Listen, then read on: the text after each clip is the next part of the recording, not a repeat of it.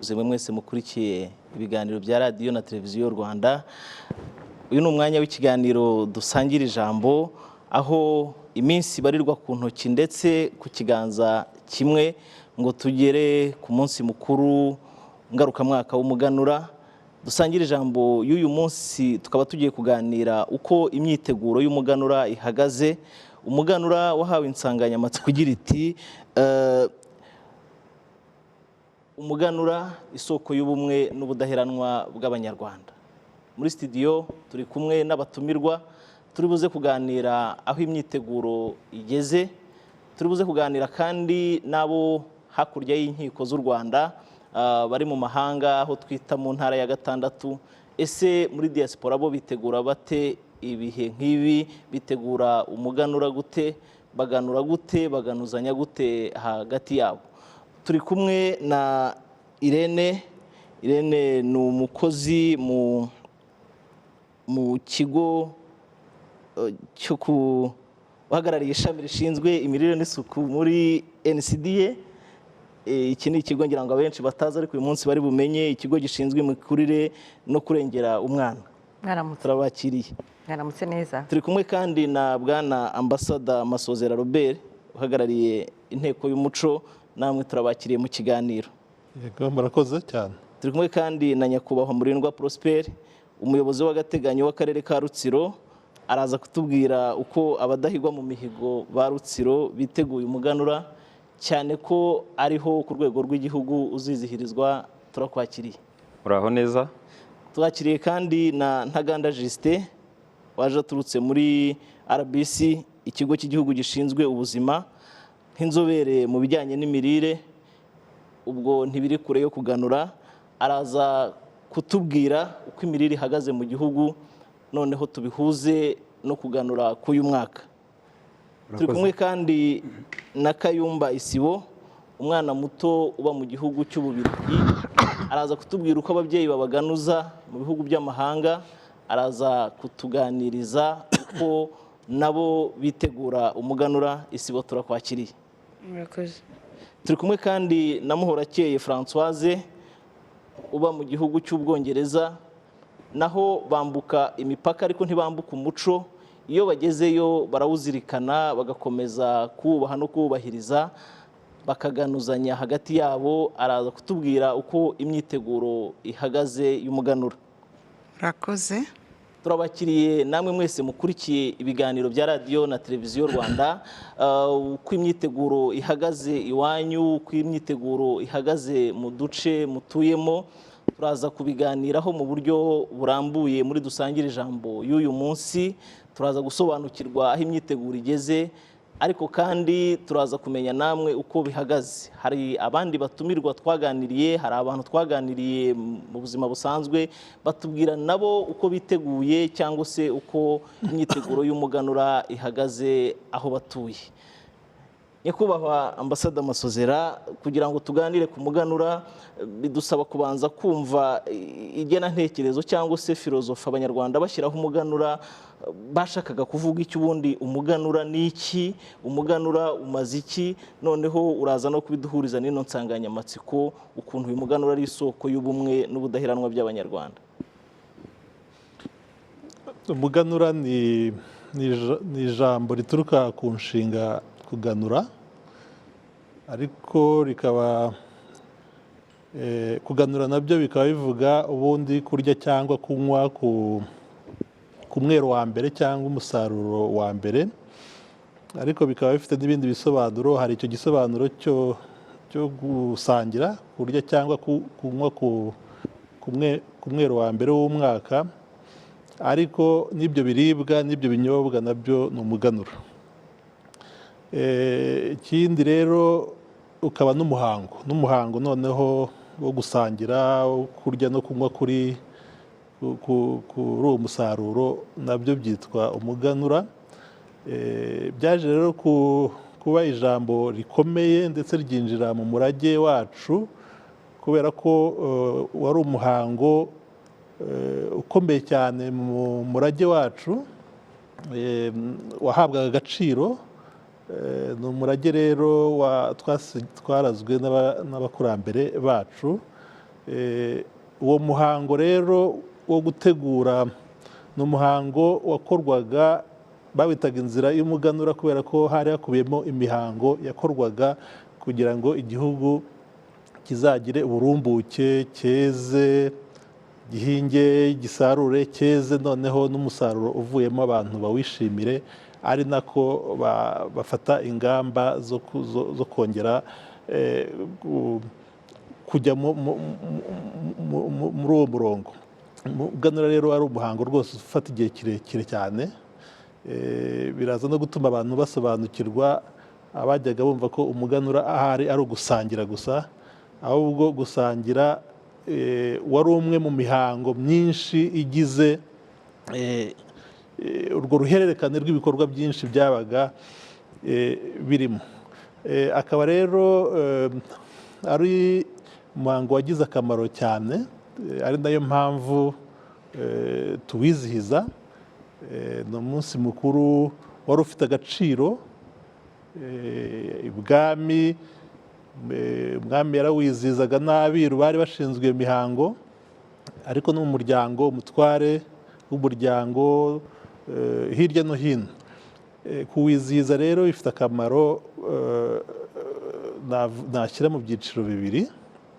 Icya mbere nyine ni ukusigasira uwo murage gakondo, no kugira ngo duheshe icyubahiro uwo muhango wari ukomeye, ariko tunasubire ku isoko gakondo y'Abanyarwanda. Icyo ni ikintu gikomeye cyane. Buri gihugu cyose ni ngombwa ko abagituye bakomeza kugirana isano n'isoko yabo. Indi mpamvu rero ya kabiri ni indangagaciro zikubiyemo, zikubiye mu murage, mu muganura. Umuganura hakubiyemo indangagaciro nyinshi, kuko hari hakubiyemo cyane cyane ubwo bumwe bw'Abanyarwanda. Umuganura wagaragariraho cyane cyane kunga ubumwe bw'Abanyarwanda, ariko noneho hakabamo no guhiga. Gutandukanya umuganura n'umuhigo nabyo biba bigoye, kubera yuko ni igihe cyo kwishimira ibyagezweho, guhigura, ariko none ukongera ukanahiga. Ariko harimo n'umunsi mukuru w'ubusabane, abantu bagahura bakishimira uwo musaruro. Ariko cyane cyane hari harimo indangagaciro yo gufashanya. Ababaga batarageze ku mwero nabo ntago hari muri uwo muhango habagamo no kuganuza, kugira ngo abanyantege nke nabo bafashwe. Hari harimo indangagaciro nyinshi, kugera noneho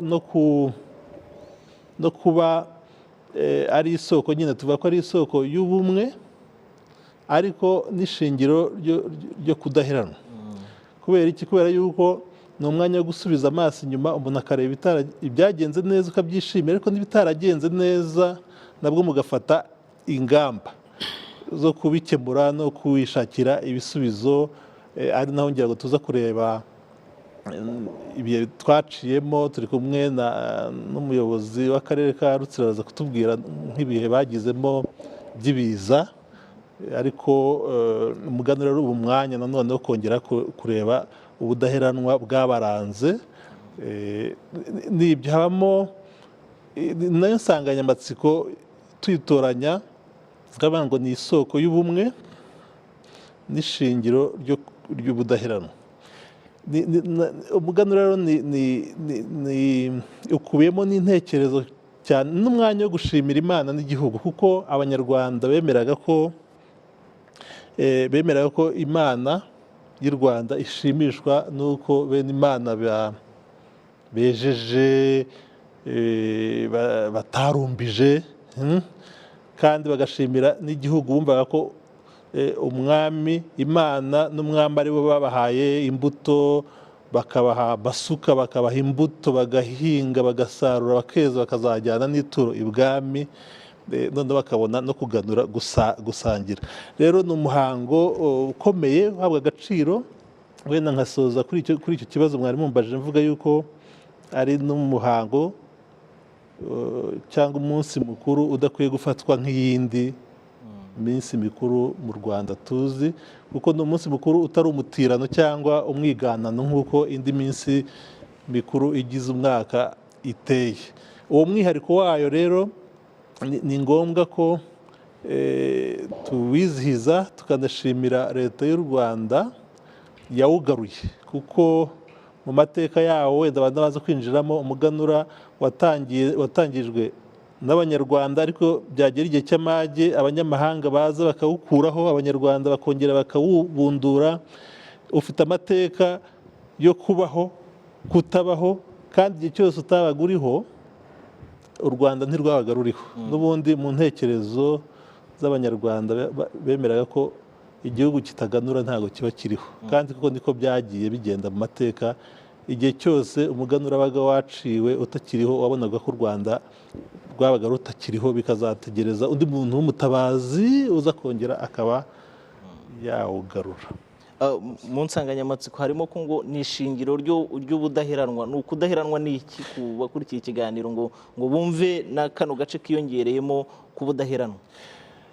Ni ishingiro ry'ubudaheranwa kongerwamo. Abantu twashubije amaso inyuma tureba no mu bihe by'ubu turimo, ariko n'ibindi bihe tuvuyemo, kuko usanga Abanyarwanda bagiye bagira ibihe by'amage. Turaza kuvuga cyane cyane aya mage y'ibiza byatewe n'imvura nyinshi yo muri Gicurasi ishize, ariko na mbere yaho twagize ibihe bya Covid, icyorezo cya Covid nacyo cyatumye u Rwanda ruhura n'ibibazo. Ariko no mu Banyarwanda muri rusange hari ibindi bibazo duhura nabyo. Turaza kuganira ku kibazo cy'igwingira, naryo ni kimwe navuga mu bibazo Abanyarwanda bagomba kwicara hamwe bagashaka ingamba, kandi umuganura ni umuyoboro wo kubikemura. Ariko no mu Banyarwanda rusange dufite abagizweho ingaruka na Jenoside yakorewe Abatutsi, cyane cyane abacitse ku icumu, n'abandi ugasanga dufite ibyiciro bitandukanye byahuye n'ibihe by'amage, ibihe bigoye, ibihe by'ingorane, ariko ukaza gusanga baragiye bashobora kugenda babyigobotora, babyivanamo. Umuganura rero ni umwanya mwiza twabonye yuko twaganira no kuri ibyo bibazo byagiye bibaho, n'ingamba zafatwa kugira ngo ibyo bibazo abantu babyigobotore. Tunashimira rero niyo ndangagaciro iranga Abanyarwanda, kudaheranwa cyane cyane n'amage. Hano tuba tuvuga rero amage n'ibihe bigoye baciyemo. Arakoze cyane nyakubahwa intebe y'inteko Ambassador Robert Masozera kudusobanurira amavu n'amavuko cyangwa se igenantekerezo riri inyuma y'uyu muhango w'umuganura, amavu n'amavuko yawo, ndetse n'impamvu tuwizihiza, ndetse kandi n'impamvu iyi nsanganyamatsiko y'umuganura isoko y'ubumwe n'ishingiro ryo kwigira kw'Abanyarwanda. Nyakubahwa muyobozi w'akarere ka Rutsiro, uyu mwaka akaba ari naho ku rwego rw'igihugu hazizihirizwa uyu muhango ngarukamwaka w'umuganura. Bivuze iki ku Banyarutsiro kwakira uyu muhango? Ese bawiteguye gute? Murakoze. Abanyarutsiro bakimara kumva aya makuru yavuye mu nama y'abaminisitiri iheruka guterana igafata icyemezo ko Abanyarutsiro twe tuzakira ibirori ku rwego rw'igihugu, bose barabyishimiye mu buryo bubiri. Icya mbere ni uko tubonye amahirwe yo kugaragaza Rutsiro, tukayigaragariza Abanyarwanda bose n'abazakurikira uriya muhango, tugaragaza ibyo twagezeho nk'Abanyarutsiro. Rutsiro nk'akarere gakungahaye kuri byinshi, akarere gafite abaturage bakora cyane, bahinga bakorora, bahinga cyane ibigori, ibishyimbo, urutoki, ikawa n'imyumbati. Abanyarutsiro bafite ibikorwa by'ubukungu bushingiye ku mazi, ko mu mirenge 13 igize akarere, 7 yose ikora ku mazi. Murumva dufite uburobyi, dufite amahoteli, dufite ubukerarugendo bushingiye kuri ayo mazi.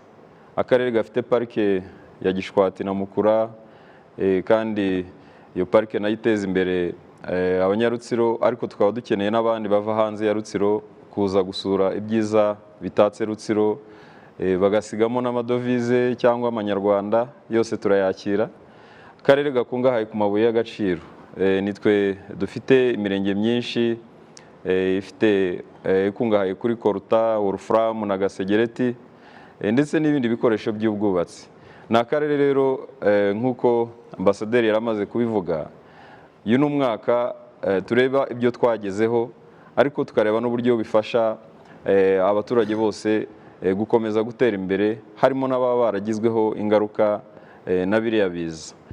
Icyo ni icya mbere. Icya kabiri ni uko tubonye umwanya wo kwifatanya n'igihugu mu gukomeza gushyigikira abagizweho ingaruka na biriya biza byabaye muri Gicurasi, aho muri Rutsiro imiryango 1383 yagizweho ingaruka na biriya biza mu buryo butandukanye. Hari abasenyewe amazu, hari abo imyaka yabo yagiye, bigira ingaruka ku iterambere ryabo.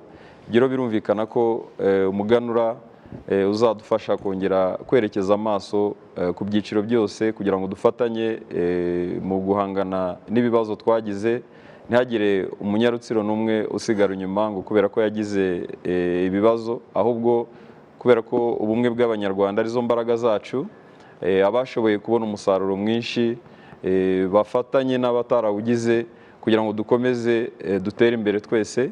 Abagizweho ingaruka n'ibiza bakaba bashobora kugira ikibazo cy'imirire mibi, bakaba bajya mu igwingira, abo bose imbaraga ziri muri Rutsiro. Muri ibyo byose navuze harimo imbaraga zishobora gutuma nta muntu n'umwe uheranwa n'agahinda, uheranwa n'ibyo biza.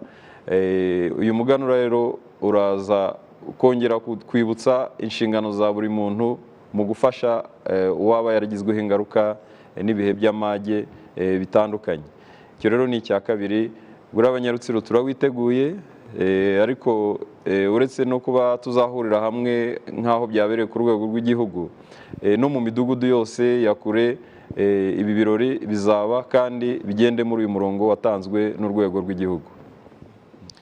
Arakoze cyane nyakubahwa umuyobozi w'agateganyo w'akarere ka Rutsiro kutubwira uko biteguye umuhango w'umuganura, kutubwira uko abadahigwa mu mihigo b'Rutsiro biteguye kuwakira ku rwego rw'igihugu, ariko kandi no mu tundi turere twose tw'igihugu bakaba biteguye guhera ku rwego rw'igihugu, mu ntara zose, mu turere, mu mirenge, mu tugari, mu midugudu, yewe kumanuka kugera no mu isibo no mu miryango yacu, uko twiteguye kuzasangira umuganura. Uwo nkunda Irene muri NCDA, imibare ihagaze gute y'imirire mibi ndetse n'igwingira ry'abana muri iki gihe twitegura no kuganura, kugira ngo tuze no kumva ingamba ndetse na kampeni zateguwe kuri iyi gahunda, ariko si imibare bundi yari ihagaze gute muri iki gihe? Murakoze. Muri iki gihe imibare ijyanye n'igwingira ntabwo ihagaze neza mu gihugu, turi 33%, kandi muzi ko intego y'umwaka utaha ari 19%. Bigaragaza ko urugendo rukiri rurerure, ariko ntabwo twacika intege rwose, cyane cyane muri iki gihe cy'umuganura twafatanyije n'inzego zitandukanye kugira ngo zidufashe muri iki gikorwa gikomeye turimo cyo kurwanya igwingira byihuse. Dufite gahunda rero yo kurwanya igwingira byihuse yitwa hehe n'igwingira, twatangije mu gihugu cyose, yatangiye mu kwezi kwa gatandatu. Niyo mpamvu muri iki gihe cy'umuganura twakoranye n'inzego zitandukanye kugira ngo badufashe mu bukangurambaga binyuze mu muganura. Tuzi ko umuganura ari umunsi wo kwihaza mu biribwa, byaba mu buhinzi n'ubworozi, ubu ngubu bisigaye bigira no mu buzima n'iterambere ry'abaturage. Ubwo rero ni uburyo bwiza bwo kugira ngo dushyire hamwe muri uko kwihaza mu biribwa, dutange ubutumwa butandukanye. Tutise muturage wihaje mu biribwa, mbere yo ntiwabanza gusagurira umuryango mbere yo kujyana ibiribwa ku isoko kugira ngo umwana abone indyo yuzuye. Kwihaza mu bijyanye n'ubworozi, hari uburyo twatangiye gahunda ya nkoroze inkoko, kugira ngo nk'umuturanyi abe yaha mugenzi we udafite inkoko yorora inkoko, umwana abone igi rya buri munsi, kandi igi ni kimwe gikomoka ku matungo gifasha umwana gukura neza byaba mu gihagararo no mu bwenge. Hari n'izindi gahunda duteganya gukora zo kwigisha ababyeyi gutegura indyo nziza kandi yuzuye, nabyo ni igikorwa tuzakora muri iki gihe cy'umuganura. Ikindi tuzakora ni ukwigisha uburere bwiza, uburere buboneye, kubera ko niyo nkingi y'umuryango kugira ngo bakure neza, bamenye ko umwana adakeneye kurya gusa ariko bijyana n'uburere no kumvikana mu muryango. Ikindi cyangombwa ni isuku. Isuku nayo ni ngombwa mu muryango, byaba ku mubiri cyangwa se ku mafunguro n'ibindi byose mu muryango. Muri make ni izo gahunda tuzakora muri iki gihe cy'umuganura. Murakoze. Iri janisha rya 33%, uyu mubare nturi hejuru cyane, mubona ubukangurambaga buhagije cyangwa se hari izindi mbaraga zikeneye gushyirwaho? Kuko numvise iri janisha numva riri hejuru cyane. Iyo muribona riteye ubwoba cyangwa twe kwiheba ntago biracika? Riri hejuru ariko ntago twakwiheba, kubera ko hari ibikorwa bitandukanye guverinoma yashyizeho kugira ngo bidufashe kwihutisha kugabanya igwingira. Hari porogaramu zitandukanye, cyane cyane dutangira ku buzima bw'umubyeyi, tukangurira umubyeyi gupimisha inda kugira ngo bakurikirane ubuzima bw'umwana. Iyo ni imwe muri gahunda ya mbere. Indi gahunda ya mbere ni ukukurikirana abana bamaze kuvuka bavuka mu miryango itishoboye, kugira ngo bahabwe ubufasha bukwiye. Hari no gukingira abana, kubarinda inzoka. Izo ni gahunda zimwe na zimwe zihari guverinoma yashyizeho kugira ngo bidufashe kugabanya igwingira. Ariko hari n'izindi, nuko sinzi niba nazivuga zose cyangwa se ndazivuga nyuma, kuko tugenda twegera imbere mu kiganiro. Turagaruka kuri izi ngamba zo kurwanya yaba igwingira ndetse n'imirire mibi. Murumva ko iri janisha ni umubare utari muto, ntago nanone ari munini ngo bibe byacitse nk'uko yarabivuze, ariko kandi birasaba imbaraga nyinshi kugira ngo tuve kuri uyu mubare w'ijanisha rya 33 tuzisange aho nta mwana w'umunyarwanda ugwingira, aho nta munyarwanda urangwa n'imirire mibi. Justin, mu kigo cy'igihugu gishinzwe ubuzima hari gahunda yateguwe ya hehe n'igwingira, ariko kandi hari n'iyi mibare Irene yatubwiraga. Iyi gahunda murabona irimo gufasha iki ku rwego rw'igihugu mu banyarwanda?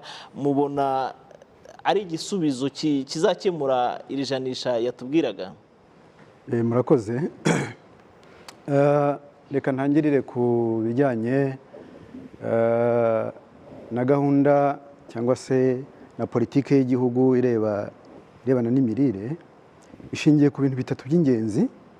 Cya mbere ni ukwigisha, tugatanga ubumenyi mu nzego zitandukanye. Cya kabiri ni ukumanura ibikorwa birebana n'imirire kuva ku rwego rwa za minisiteri kujya ku mudugudu, aho dufite abajyanama b'ubuzima dushima ko badufasha kuzamura cyangwa se kugabanya umubare w'abana bagwingira.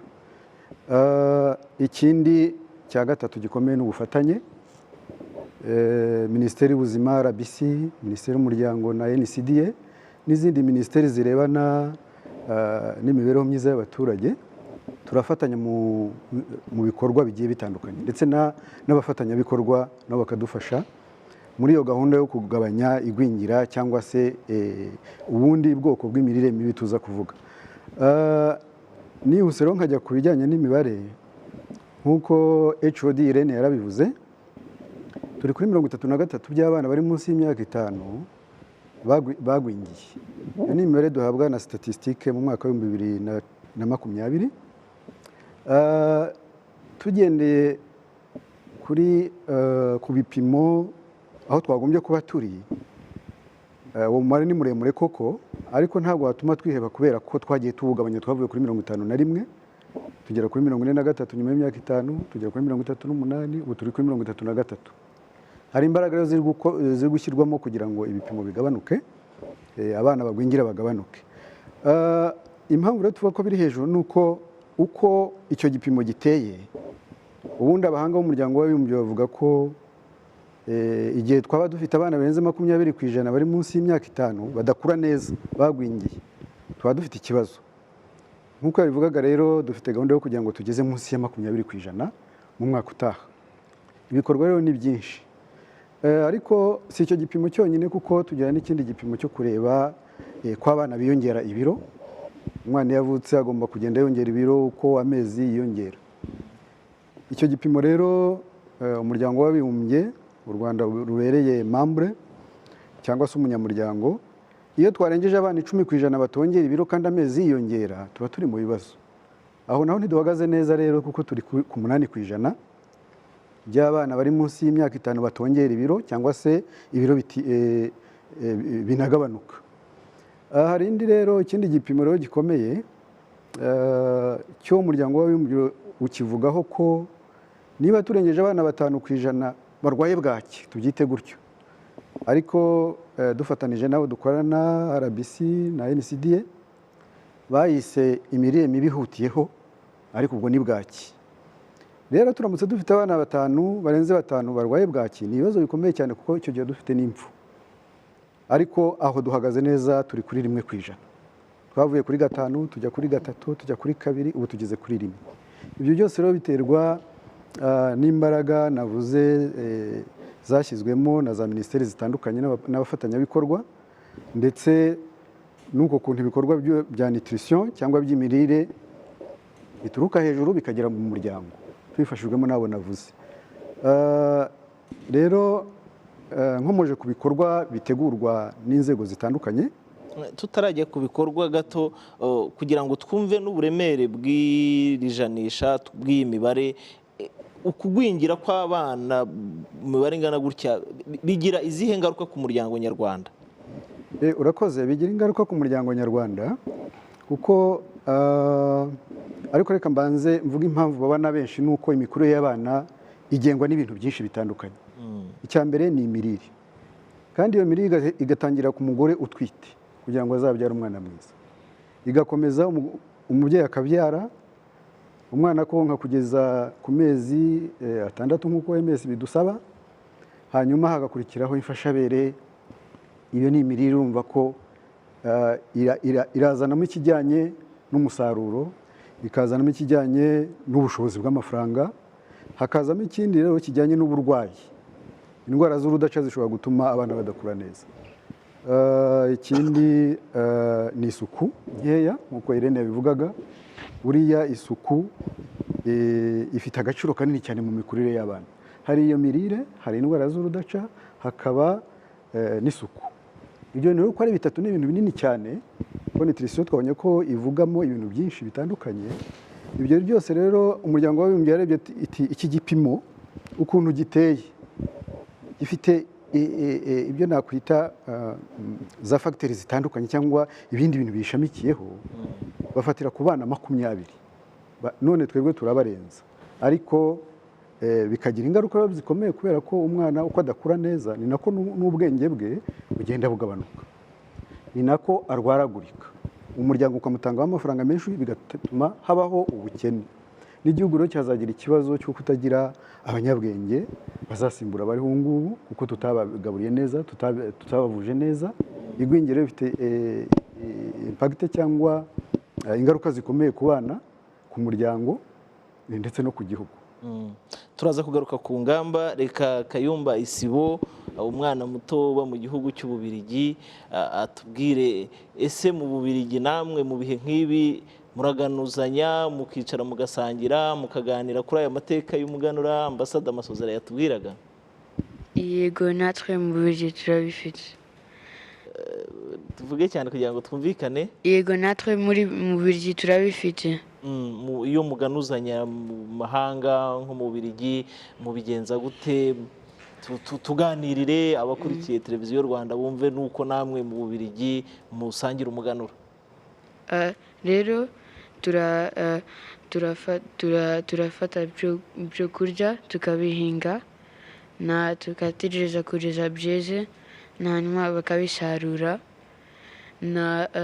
Rero bikaba umunsi mukuru, inshuti n'abaturanyi baza hamwe kugira bajye basangirane.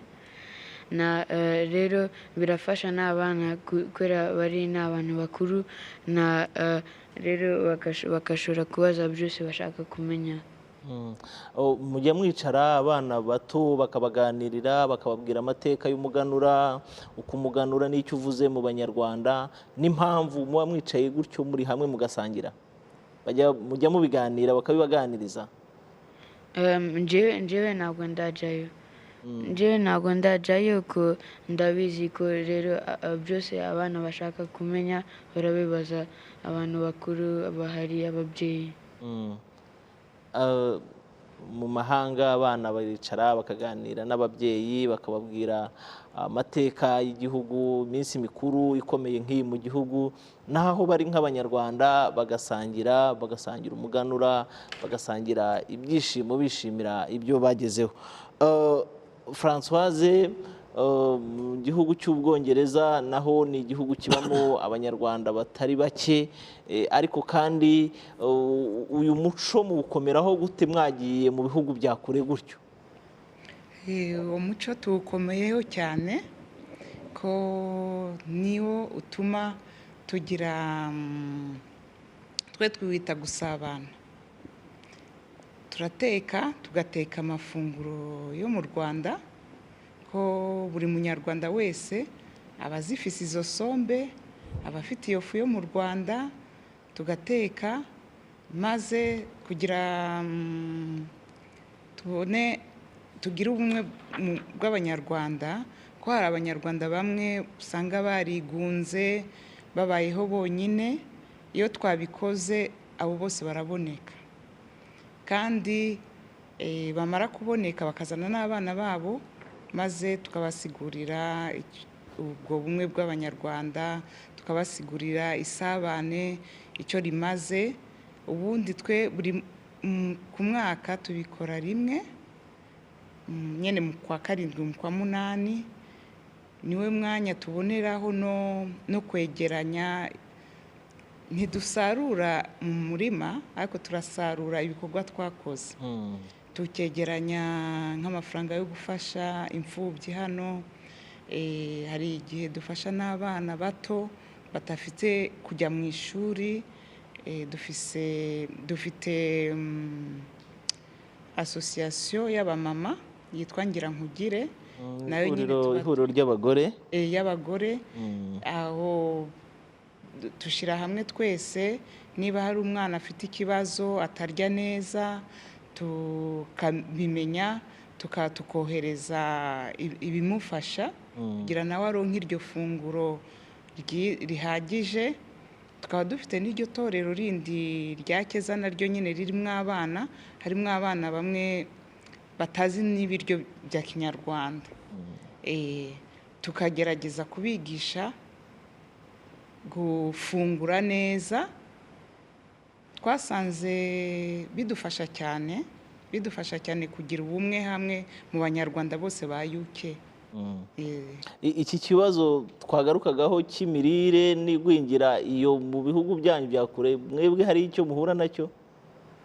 Ntacyo duhura nacyo, turabifite byose. Ijanisha ni 0%? Rimwe hari igihe bishobora kubura kubera amasoko, ariko ubundi dufite amasoko y'abanyamahanga. Icyo gitoki turakironka. Amashaza niyo tubura, amashaza y'iwacu turayabura rwose. Tukabona yandi nicyo kibazo tugira, ko byose biba bitari nk'ibyino, ariko turagerageza. Muhorakeye Françoise ni umunyarwandakazi uba mu gihugu cy'Ubwongereza, ariko aragira ati nubwo turi kure y'igihugu ariko ntago tutumuco, tugira uko tuhura, tugira uko twegeranya ibyo twagezeho, tugira uko tuganuza nabi wacu, ariko tugakomeza dufite ubwo busabane, ari abo turi kumwe ari nabo twasize mu Rwanda. Niko avuga nuko bitegura umuganura mu bihe nk'ibi. Nyakubahwa intebe y'inteko, iyo murebye musanga hirya no hino mu gihugu no mu mahanga mu mwaka wa 2023 biteguye gute umuganura? Urakoze kuko utumye n'ubundi ngira icyo mvuga ku byo Isibo na Muhorakeye bavugaga. ngira ngo nshimire cyane abanyarwanda baba mu mahanga, kuko iyo mu Rwanda twizihiza umuganura, ndavuga hano mu gihugu, tuba tudazirikana n'abanyarwanda baba mu mahanga, ariko tuba tunazirikana cyane ko ibyo twishimira byagezweho mu Rwanda, umusaruro twagezeho, buriya abanyarwanda bo mu mahanga baba bagizemo uruhare rukomeye cyane. Abanyarwanda bo mu mahanga buriya bafite inshingano ebyiri z'ingenzi igihugu kibatezemo. Icya mbere buriya nibo badushakira imbuto, bakadushakira n'amaboko, niho hakubiyemo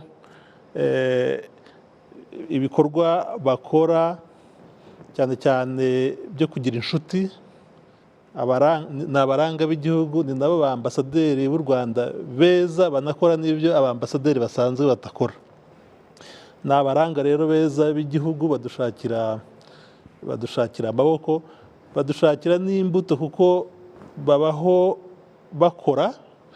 Buriya ubajije minisitiri ushinzwe imari akakubwira amafaranga binjiza mu mwaka, ushobora gusanga arenze ayinjizwa n'ikawa n'icyayi biteranyije. Umukamo wabo akenshi aba ari za diplome zabo, abagiye kwiga, aba ari amafaranga bahembwa, aba ari ibyo twita network, inshuti hirya no hino. No muri uru rugendo rwo kwigira, kwishakamo ibisubizo, kudaheranwa, bagira uruhare rukomeye cyane. Urugero n'ibi biza byabaye muri iriya ntara y'Uburengerazuba na Karongi irimo na Rutsiro irimo, buriya bagiye nabo bafasha, kuvuga ngo batanga umusanzu wabo. Ni abantu rero u Rwanda ruterwa ishema nuko dufite abanyarwanda nk'abo ngabo. Iyo bategura umuganura rero bagira akamaro cyane, kuko niho babonera uburyo bwo kunga ubumwe no kwibakamo ubunyarwanda. Ndi umunyarwanda, kubakamo ubunyarwanda, ariko banatumiramo inshuti zabo cyane. Muri wa mubare wa mukerarugendo burya baza mu Rwanda bagenda biyongeramo, abenshi burya baba babigizemo uruhare. Ejo twagiranye ikiganiro nabo, kwa minisitiri ushinzwe umuco mu nshingano na minisiteri y'ububanyi n'amahanga, twagiranye ikiganiro n'abanyarwanda baba mu mahanga tureba ibikorwa bateganya. Bafite rero ukwezi kose kwa Kanama bazategura ibikorwa biriya Muhorakeye yavugaga. Usanga buri gihugu cyose gira guhera itariki 5 kuzakomeza kugera mu ukwezi kurangira, bafite ibikorwa bitandukanye, kandi icyiza usanga abanyarwanda bose babyibonamo. Hanze aho baba haba ibyiciro by'abanyarwanda, ariko usanga iteka hari intambwe z'uko noneho n'abanyarwanda bagenda babyibonamo. Umuganura nibwo bwiza bwawo, usanga iyo wabaye abantu bose bawibonamo. Ariko undi mwihariko wabo, usanga umuganura wabaye umunsi w'ubusabane, ariko noneho no kongera gusubira ku isoko. Ibyo gusangira barabirenga, bakajya noneho ikinyarwanda, bakagira umwanya wo kongera kunoza imikoreshereze y'ikinyarwanda, kuko hari ikibazo mu banyarwanda bo mu mahanga, haracyari ikibazo cyo kutamenya neza ikinyarwanda, kubera impamvu nanone zitabaturutseho. Ibyo turabyumva. Ari nayo mpamvu muri bukangurambaga turimo gukora cyane mu kwigisha ikinyarwanda, umuco n'amateka, turabazirikana cyane. Ubu nanone mu Rwanda ukuntu bagenda batera imbere ku buryo bushimishije, twatangiye no kugira abanyarwanda baba mu mahanga, cyane cyane urubyiruko rukoresha neza ibiruhuko byabo. Ndasubira, rukoresha neza ibiruhuko byabo. Icyo nshaka kuvuga ni iki? Ni uko ubwo hari n'abadakoresha ibiruhuko byabo neza, kuko hari ibyiciro bibiri. Ejo twarabiganiraga, kuko hari urubyiruko baza mu Rwanda mu biruhuko, ugasanga hari abashaka gukomeza kubaho imibereho babagaho hariya, yaba imyidagaduro yabo, yaba ingeso zaho yaba imico yaho, hari abaza bagera mu Rwanda ngira ngo baba banashaka kwereka nyine abo basize mu Rwanda ko bageze hanze, ariko abo tuvuga ko bakoresha ibiruhuko nabi. Hari abandi baza bagakoresha ibiruhuko mu kuziba icyuho bari bafite mu bumenyi bw'u Rwanda, mu bumenyi bw'Ikinyarwanda, mu bumenyi bw'umuco, ukaba wa mwanya wo kwegera abakuru, ababyeyi babo, abaturanyi, bati mudufashe kunoza neza Ikinyarwanda, bakiga Ikinyarwanda, mudufashe kumenya amateka. Ngenda nabibabwira kubera ko imibare y'abasura ingoro ndangamurage, ikigo nyobora gishinzwe n'ubundi ubukerarugendo bushingiye ku muco, turimo turabona umubare munini w'Abanyarwanda bava mu mahanga basura ingoro ndangamurage, basura inzibutso za Jenoside yakorewe Abatutsi, bamenya hirya no hino. N'ubu ngubu turimo kuvugana hari itsinda, hari abana rwose batoya bangana na Isibo ngira ngo ari muri icyo cyiciro. Isibo nawe ari mu cyiciro cy'abana ubu ngubu bari inaha ngaha, na Muhorakeye yari yaje abaherekeje, bafite itsinda ry'abana barenga 130 bari inaha, bamaze icyumweru Minisiteri y'Ububanyi n'Amahanga, Minisiteri y'Ubumwe barimo kubigisha u Rwanda. Urwo ni urugero rw'abana bakoresha neza ibiruhuko. Na mbere yaho twagize abana nabo bakora tour, babyita ngo youth tour, bakaza ukabona ni ibintu byiza. Ubwo rero ndavuga ngo wenda ni n'ubutumwa naha Abanyarwanda baba mu mahanga, urubyiruko cyane, ibintu nka 3 cyangwa 4 byo gukoresha neza ibiruhuko waje. Icya mbere nyine ni ukuruhuka kuba mu miryango. Icya kabiri, mu Rwanda hari ingoro z'umurage zikubiyemo amateka n'ubumenyi bwinshi. Gusura ingoro ndangamurage uko tuzifite 8, gusura inzibutso za Jenoside, hari amateka buriya abantu baba bagomba kumenya, ariko noneho no gutembera u Rwanda ukamenya n'ibindi nyaburanga bigize nyaburanga. Noneho nyuma yaho bakajya no mu zindi gahunda leta iba yabateguriye zijyanye no guhaha ubwenge, kubukoresha. Abashaka imirimo bagahura, RDB ifite ukuntu nabo ibasobanurira. Abandi bakajya mu itorero, hari gahunda z'itorero n'ubu ngira ngo hari iteganyijwe. Abo ku bwacu baba bakoresha neza ibiruhuko. Kubera iki? Kubera ko baba bazibye icyuho bafite iwabo. Umuganura rero uba umwanya mwiza iyo bawukoze wo kuganira, ibyo byose bikunga ubumwe bwabo. Abakurikiye ibiganiro bya radiyo na televiziyo y'u Rwanda, ikiganiro dusangira ijambo cy'uyu munsi turimo turitsa cyane ku myiteguro y'umunsi mukuru w'umuganura, umunsi mukuru ngarukamwaka, aho imyiteguro igeze. Umunsi mukuru wahawe insanganyamatsiko igira iti umuganura, isoko y'ubumwe ndetse n'ishingiro y'ubudaheranwa by'Abanyarwanda. Nyakubahwa muyobozi w'akarere ka Rutsiro, kari mu turere twahuye n'ibiza mu minsi ishize, ese ntibyabakomye mu nkokora ku buryo imyiteguro cyangwa se uko abaturage b'i Rutsiro bazaganura muri uyu mwaka wa 2023? Murakoze. Ibiza kuko byarabaye, kandi bikimara kuba Abanyarutsiro bakomeje gufatanya duhangana n'ingaruka byatugizeho, ku buryo ntago bifite aho byahurira no kutubangamira mu kwitegura umuganura. Abantu bose bagize uruhare mu guhangana n'izo ngaruka, ariko nabo byagizeho ingaruka bose tubatabara uko twari twishoboye, kandi turashimira guverinoma y'u Rwanda uburyo yaje ikatwunganira n'abafatanyabikorwa, ku buryo ubu ubuzima bwarakomeje. Kandi ntabwo byagize ingaruka ku bantu bose, abataragizweho ingaruka nabo bakomeje gutera imbere, kandi bakomeza no gufasha abo byagizeho ingaruka, ku buryo turiteguye, nta kibazo dufite. Twanabitangiye mbere, abantu benshi bamaze kugezwaho ubufasha, abenshi batangiye gusubira mu buzima busanzwe. ababanje gutuzwa ku masite bayavuyemo bajya gutura, baracumbikirwa, barakodesherezwa, ariko hari n'amazu ya mbere twamaze kuzuza, ubu imiryango 88 yamaze gusubira mu mazu meza yuzuye, n'abandi barakodesherezwa na leta, abandi bakikodeshereza, cyane ko harimo n'abari bafite ubushobozi bwo gushobora kubyivanamo. Aha rero navuga ko uyu muganura tuzawizihiza neza, turebe ababa bakiri mu bibazo kurusha abandi nabo tubaganuze, tubahe ubutumwa buhumuriza.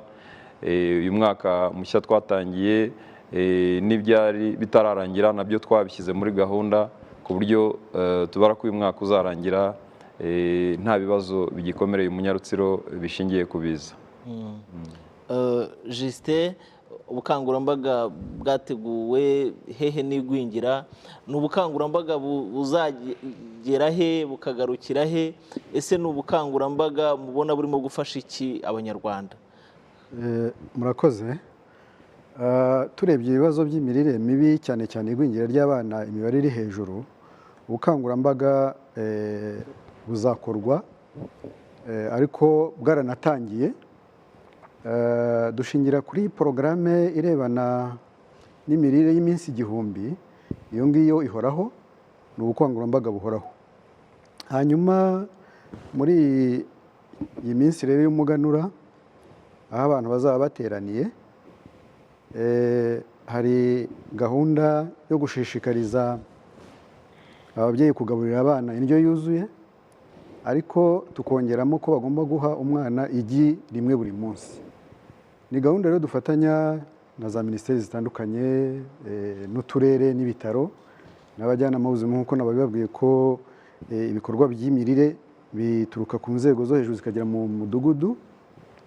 Iyi gahunda rero y'ubukangurambaga hiyongereyemo ko umwana agomba kubona igi buri munsi.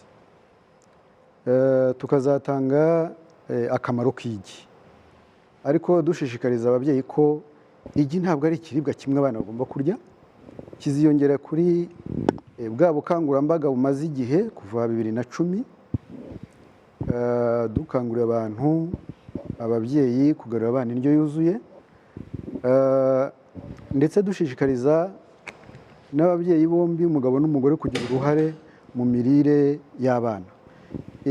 Muri iyi kampanye cyangwa se muri ubu bukangurambaga, turashishikariza ababyeyi ko umwana yajya abona igi rimwe buri munsi, kandi twizera ko tuzabereka ko binashoboka. Aho bidashoboka dufite abafatanyabikorwa bazadufasha ko kwiga umushinga, kureba uburyo igi ryaboneka. Uretse iyo porogaramu y'iminsi 1000 imaze igihe mu bukangurambaga buhoraho, uhereye ku mudugudu kugera hejuru, hakiyongeraho no kubashishikariza kugaburira abana igi rimwe ku munsi. Hari n'izindi gahunda ziriho dufashwamo n'abafatanyabikorwa. Izo gahunda ni izo gushishikariza ababyeyi kuzigama no kugurizanya. Tukaba tuzi ko icyo kintu kizatuma bagera ku igi rimwe buri munsi ku mwana. Hari indi muri porogaramu y'iminsi 1000, hari aho Minisiteri y'Ubuzima ivuga uruhare rw'umugabo mu mirire y'abana cyangwa se umuryango muri rusange. Aho rero hari umufatanyabikorwa witwa Rwamureke, afite approche nziza yitwa Bandebereho. Iyo Bandebereho ishishikariza umugabo kugira uruhare rutaziguye mu gushaka ibitunga urugo, cyane cyane tugamije kurandura igwingira ry'abana. N'ubwo bukangurambaga niho tuzashyira imbaraga, dufatanije inzego zose za leta n'iz'abafatanyabikorwa, ariko tugakomeza n'ubukangurambaga bwari busanzweho bwa porogaramu y'iminsi 1000. Reka turebe abandi twasuye, abandi twaganiriye, bakatubwira uko umuganura bawiteguye, bakatubwira uko biteguye kuwizihiza. Tuze kugaruka Irene atubwira ese iryo gi ku mwana bizakorwa gute, ni abahe bana bizageraho, kugira ngo nabo bitegure kwakira uyu muganura muri ubwo bukangurambaga bwa hehe n'igi. Reka twumve abo twasuye nabo uko babivuga. Umuganura wumva nk'umuco wo gusabana nk'abanyarwanda gusangirira hamwe, gusabana, tugasangira ibyo twagezeho, kubera ko mu muganura dusangira ibyo twagezeho, ibihingwa, ariko hakabaho no gusangira ibitekerezo, twishimira ibyo twagezeho twahuriye hamwe nk'abanyarwanda. Ni umunsi abantu bahura bagasangira, bakishimira ibyo bagezeho, bagasabana, bagategura n'igihe kizaza cy'imbere. Umuganura kuri njyewe bisobanura kuba hari ibyo umuntu yejeje, kuba hari ibyo umuntu yagezeho, agomba kwizihiza yuko hari icyo yabonye, hari n'icyo yagezeho, haba mu kazi ka buri munsi, haba mu byo umuntu akora buri munsi, haba mu byo yinjiza bitewe n'akazi buri muntu akora. Njyewe umuganura kuri njyewe mba numva ari ikintu gituma umuntu asabana, akasabana n'umuryango ku by'ibyo yagezeho. Abaturanyi banje icyo nzabaganurira mu byo nzaba naragezeho, kubera ko n'ubundi ndi umukozi nsanzwe nkora, nasangira n'abaturanyi, ngahamagara abana. Hari abana b'abakene baba bari batabasha kubona icyo kurya, ku munsi w'umuganura numva nzateka, ngahamagara b'abana nzi ko babayeho batabona icyo kurya gihagije, noneho ngasangira nabo, nkanabibutsa ko uwo munsi ari umuganura. Nubwo nzaba natetse kera baganuraga bakanywa ubushera, bagateka umutsima w'amasaka, ariko kuri uyu munsi iterambere ni uguteka umuceri, n'ibyo tugezeho. Mu byo mba narakoze, mba mfite abaturanyi, turahura tugasangira, tugasabana nta kibazo. Ariko b'abana nzabicaza, mbasangize, mbagaburire, mbabwire ko umuganura bivuga gusangirira hamwe ibivuye mu mutungo w'ibyo dutunze. Nkurikije ukuntu amatsinda mbamo, ngakurikiza amafaranga mbona n'akazi nkora, numva ko nzicaza famiye tukicara hamwe, nkababwira ati nkurikije ukuntu hari icyo nagezeho n'ibyo ninjije, nimuze mwicare namwe tuganure ku muganura, twishime nk'umuryango, twishime ibyo twagezeho. Kwizihiza umuganura byongera ubusabane, n'urukundo. Buriya usangira n'umuntu ukundanye nawe kandi wishimiye, byongera ubusabane kandi bigatuma umuco udacika, tugasigasira umuco wo gusangira wabayeho kuva kera. Kwizihiza umuganura bituma abantu bahura, bagasangira, bakishimana, bakubakana ubucuti hagati yabo, bakaniyumvanamo, kuko buriya iyo abantu bari gusangira barushaho no kwiyumvanaho, bakabana neza cyane. Kwizihiza umuganura dukurikije n'abasogokuruza ba kera, ubundi ni umuhango wa kinyarwanda, n'abatubanjirije n'ababyeyi bacu, ni ikintu bizihizaga, ni ibirori bizihizaga, ni umuco nyarwanda. Nk'ibitangazamakuru byajya bimanuka bikegera abaturage, ndetse n'ubuyobozi n'inzego z'ubuyobozi nko mu midugudu, bagakangurira abaturage kuba bagira ahantu bahurira hamwe nk'umudugudu, bagasangira, bakishimana, bakaganira, bakareba ibyo bagezeho, ndetse bagategura n'ibyo bazakora mu bihe biri imbere. Icyo mbona cyakongerwaho, habaho gushishikariza abanyarwanda, nko muri iyi minsi umuganura wegereje, hakabaho nko kubashishikariza kuri radiyo hajya hacaho utuntu tumeze nk'udukomedi twibutsa, wenda niba hagezeho icyumweru cy'amashuri yagiye gutangira cyangwa amatora, bagashyiraho indirimbo zishishikariza amatora. Numva no kuri radiyo ibintu by'umuganura babishyiraho, bakajya bacishaho utuntu tumeze nk'udusikeci dushishikariza abantu umuganura, tubibutsa ko ari umuco, nawe bigaca kuri radiyo cyane, bigatuma abantu babyumva. Natwe rero nk'abantu bakiri bato, tukiri urubyiruko, tugomba kubikurikiza, tukizihiza umuganura, kuko dusangirira hamwe, tukishimira ibyo twagezeho. Uko niko abantu mu duce dutandukanye biteguye umunsi w'umuganura, uko niko bumva umuganura, kandi umva rwose ari umunsi mukuru, nk'uko dutangira ikiganiro intebe y'inteko yabivuze, umunsi uduhuza, udatewe n'impamvu nk'iyindi, cyangwa se udafite agace kamwe, atari umunsi w'amadini, atari umunsi watewe n'ibihe byabaye, nk'uko twizihiza kwibohora kubera ibihe abantu bari baciyemo, ariko uyu ni umunsi mukuru w'abanyarwanda ubahuza bose, kandi umunsi wo mu mateka kuva kuri Gihanga kugeza n'uyu munsi, nk'uko twatangiye ikiganiro. Irene, nagira ngo kanya mbere ko tuganira n'aba batubwira iby'umuganura, Justin yatubwiraga ibijyanye n'igi ku mwana bizatangwa gute, n'uwuhe mwana uzahabwa irigi, ndetse n'uwuhe muryango uzahabwa inkoko, kugira ngo irigi rye kuba iryo ku munsi w'umuganura gusa, ahubwo kurwanya imirire mibi bizakomeze bibe umuco, bibe uruhererekane. murakoze. Igikorwa cyo gutanga inkoko mu miryango itishoboye cyane cyane irimo ababyeyi batwite na bonsa n'abafite abana munsi y'imyaka 2 bizakorwa mu gihugu cyose, ariko tuzabanza mu turere tw'umwihariko dufite igwingira riri hejuru. Utwo turere ni 10, harimo Burera, Gicumbi, Nyamasheke, Kirehe, Ngororero, Nyabihu, Rubavu na Rutsiro. Urebye naho twabanjirije kugira ngo ariho tubasha gutangira kurwanya igwingira by'umwihariko. Ababyeyi rero nk'uko namaze kuvuga ibyiciro bazahabwa inkoko zizatanga amagi, tugakora ubukangurambaga kugira ngo ayo magi abonetse babanze baha umwana igi rimwe ku munsi, andi bayajyane ku isoko abe yatanga undi musaruro, akabagura imboga z'abana. Rero ni uwuhe muryango uzajya uhabwa izo nkoko? Ni umuryango ufite abana bato cyangwa ni imiryango yose mu karere muragenda buri muryango ukabona inkoko? Nabivuze ni imiryango ifite ubushobozi bukeya, itishoboye, kandi harimo umugore utwite cyangwa uwonsa, kandi harimo abana bari munsi y'imyaka 2. Niyo miryango, nibyo twakurikije kugira ngo duhitemo imiryango. Ni uko nguko bimeze, bikaba ari na byiza cyane rero ko tuzabikorera ku rwego rw'igihugu muri Rutsiro, kubera ko Rutsiro ni kamwe mu karere gafite ikibazo cy'igwingira. Bari hejuru kwijanisha, bari hejuru y'igihugu, bari kuri 44. Rero bizadufasha no kujya hafi yabo kugira ngo turebe ikibazo nyamukuru bafite, kandi no kwibuka ko umuganura bijyanye no kwihaza mu biribwa. Rutsiro hagaragaye ko hari ikibazo cy'ubutaka bukakaye, bityo bigatuma bateza. Nabyo bizadufasha gukorana nabo kugira ngo turebe uko hakorwa ikintu nibura beze ibyangombwa abana bihaze mu biribwa. Umuyobozi, abaturage b'i Rutsiro biteguye gute ubu bukangurambaga guha abana igi? Murimo murafasha NCDA gute kugira ngo ubu bukangurambaga bugere kuri bose, gutoranya imiryango ifashwa muri ibyo by'imirire mibi no kurwanya igwingira?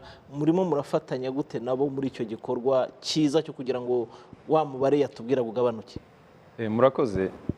Mu karere ka Rutsiro twashyizeho ingo mbonezamikurire 3 ku rwego rwa buri mudugudu, kandi zikora buri cyumweru. Ubundi dufite n'inzego zisanzwe, dufite abajyanama b'ubuzima bari mu midugudu yose, dufatanya iyo tugiye mu gikorwa nk'icyo. Tukagira n'umugoroba w'imiryango. Uwo mugoroba nawo uhuza ababyeyi, tugafatanya kwemeza abo tugezaho ubwo bufasha kugira ngo duhangane n'iki kibazo. Ariko n'abakozi ba leta n'abafatanyabikorwa dukorana, dufite uburyo duhura ku buryo tumenya aho tugeze, tukamenya urugendo rusigaye, tukanisuzuma buri cyumweru. Aha rero muri Rutsiro natwe iki kibazo turabizi ko ari cyo kiremereye kurusha ibindi. Twashyizeho ubwo buryo bwose, dukurikirana buri cyumweru, tukamenya ko za ngo mbonezamikorere zikora, kandi tukamenya n'ikizikorerwamo. Ubundi tugashishikariza ababyeyi, tukamenya buri rugo uko rumeze, tukagenda urugo ku rundi ku buryo nta mwana usigara inyuma. Ingo zirimo abana bafite ikibazo cy'imirire mibi turazizi, kandi buri rugo turukurikirana ku buryo n'iyo gahunda ya NCDA tuzayinjiza mu zo dusanganwe mu karere, tukarangiza ikibazo cy'imirire mibi, kandi n'izo nzego nari maze kuvuga zigakomeza gukora ku buryo buhoraho, ku buryo iki kibazo kizaranduka burundu. Arakoze umuyobozi w'agateganyo w'akarere ka Rutsiro ko bafatanyije n'abaturage mu kwitegura ubu bukangurambaga. Tugirire umumaro, bugire icyo bihindura kuri ya mibare, umwana abone igi, imikurire ye ibe myiza, kandi urereye u Rwanda neza aba yubatse ejo hazaza. Ubu bukangurambaga rero abo bugeraho bose babwitabire.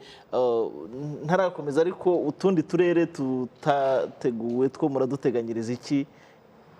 Uturere tutazihizamo ku mugaragaro nka Rutsiro, hari mesaje zizatangwa zitandukanye, hari amata azahabwa abana, urebye n'icyo kintu nyamukuru gihari. Yego. Ariko se ubu bukangurambaga nyuma y'utu turere watubwiraga mwatangirijemo buzakomeza bugere n'ahandi kugira ngo bavuge bati twebwe kuri ino nshuro ntago wenda turagerwaho ariko nitwe dutahiwe? Yego, nk'uko nabivuze, ubukangurambaga ni mu gihugu cyose, ariko by'umwihariko kuri turiya turere 10 navuze niho tuzibanda, kubera ko twabonye ko igwingira riri ku rwego rwo hejuru, ariko nta kabuza n'ahandi hose tuzahagera. Abakurikiye ibiganiro bya radiyo na televiziyo Rwanda, ikiganiro dusangira ijambo, turimo turareba uko imyiteguro aho iwanyu bihagaze gute. Uko natanye mbivuga, iminsi irabarirwa ku ntoki ndetse ku kiganza kimwe ngo twizihize umunsi mukuru ngarukamwaka w'umuganura wahawe insanganyamatsiko igira iti umuganura isoko y'ubumwe n'ishingiro ryo kwigira by'abanyarwanda. Mwiteguye gute mu isibo iwanyu, mu mudugudu, mu kagari, mu murenge ndetse no mu karere? Uwo munsi muzaba mwabukereye gute kugira ngo tuwizihize tureba ibyo twagezeho, ariko kandi dufata n'ingamba z'uko tuzizihiza n'umuganura w'umwaka utaha? Nyakubahwa ambasada, umuganura umwe mu minsi mikuru y'abanyarwanda, hari indangagaciro si y'ubumwe gusa n'ubudaheranwa. Ni izihe ndangagaciro dukwiye gukomeza kubumbatira cyane dusanga muri uyu muganura w'abanyarwanda? Icya mbere ni ubumwe, kunga ubumwe, kuko iyo urebye umuganura mu ntekerezo zawo uko wakorwaga, uko wagendaga, ikintu cya mbere abanyarwanda bashyiraga imbere kandi n'ubu kigikomeje ni ubumwe bw'abanyarwanda. Nabwo kandi n'indangagaciro remezo ikomeye, ariko hashamikiyeho n'izindi, niho hazamo kwa gufashanya, niho hazamo gutabarana, niho hazamo gusabana. Iyo rero irakomeye. Ikindi harimo indangagaciro yo gukunda igihugu,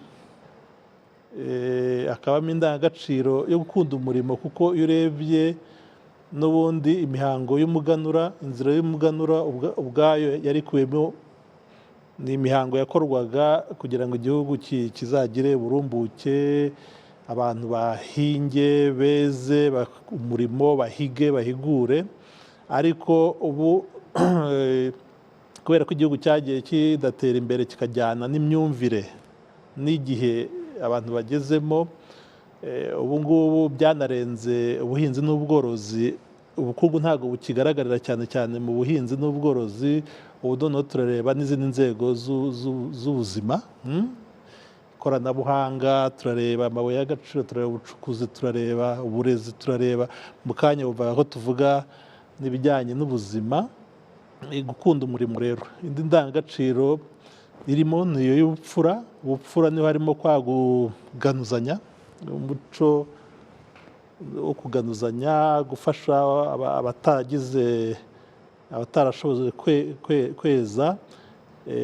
No muri ibi bihe by'ubudaheranwa nabwo kureba abanyantege nke ukabafasha, harimo indangagaciro cyane cyane y'ubupfura. Ubumwe, gukunda igihugu, umurimo n'ubupfura nizo ndangagaciro remezo zirimo, ariko zigiye zishamikiyeho n'ibindi. Wabiteranya byose, igicumbi cy'izo ndangagaciro zose wabonaga ari n'ubundi kugira umutima w'u Rwanda, umutima w'abanyarwanda, ari nawo budasa bw'abanyarwanda muri rusange. Izo ndangagaciro rero usanga umuganura aricyo gipimo cyazo. Mu muganura tuboneramo ibyo byose, kuvuga ngo ni isoko y'ubumwe n'ishingiro ry'ubudaheranwa, ariko harimo no kwigira.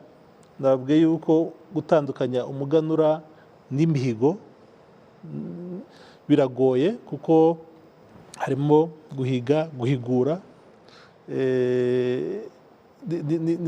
Ni bigari rero cyane, kandi nabyo byabagamo ishingiro rya byose.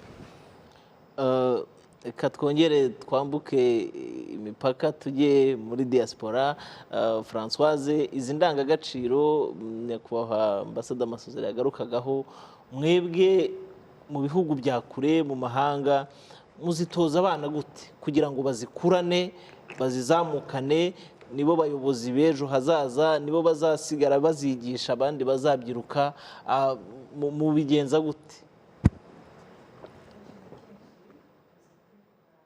Igica umuco, kubyina, mu kubyina, mu kubereka ko ejo hazaza nibo bazaba bafite u Rwanda, bashakisha za mbuto ambasada yavuze ko aho tugiye mu mahanga imisaruro yacu no gushaka izo mbuto. Ibyo byose rero tubitoza abana bacu.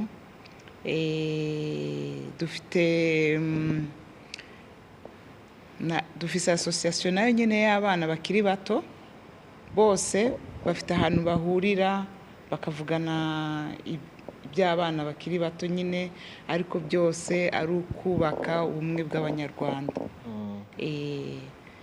Niyo tugize umuganura tugasabana n'abo bana baba bahari,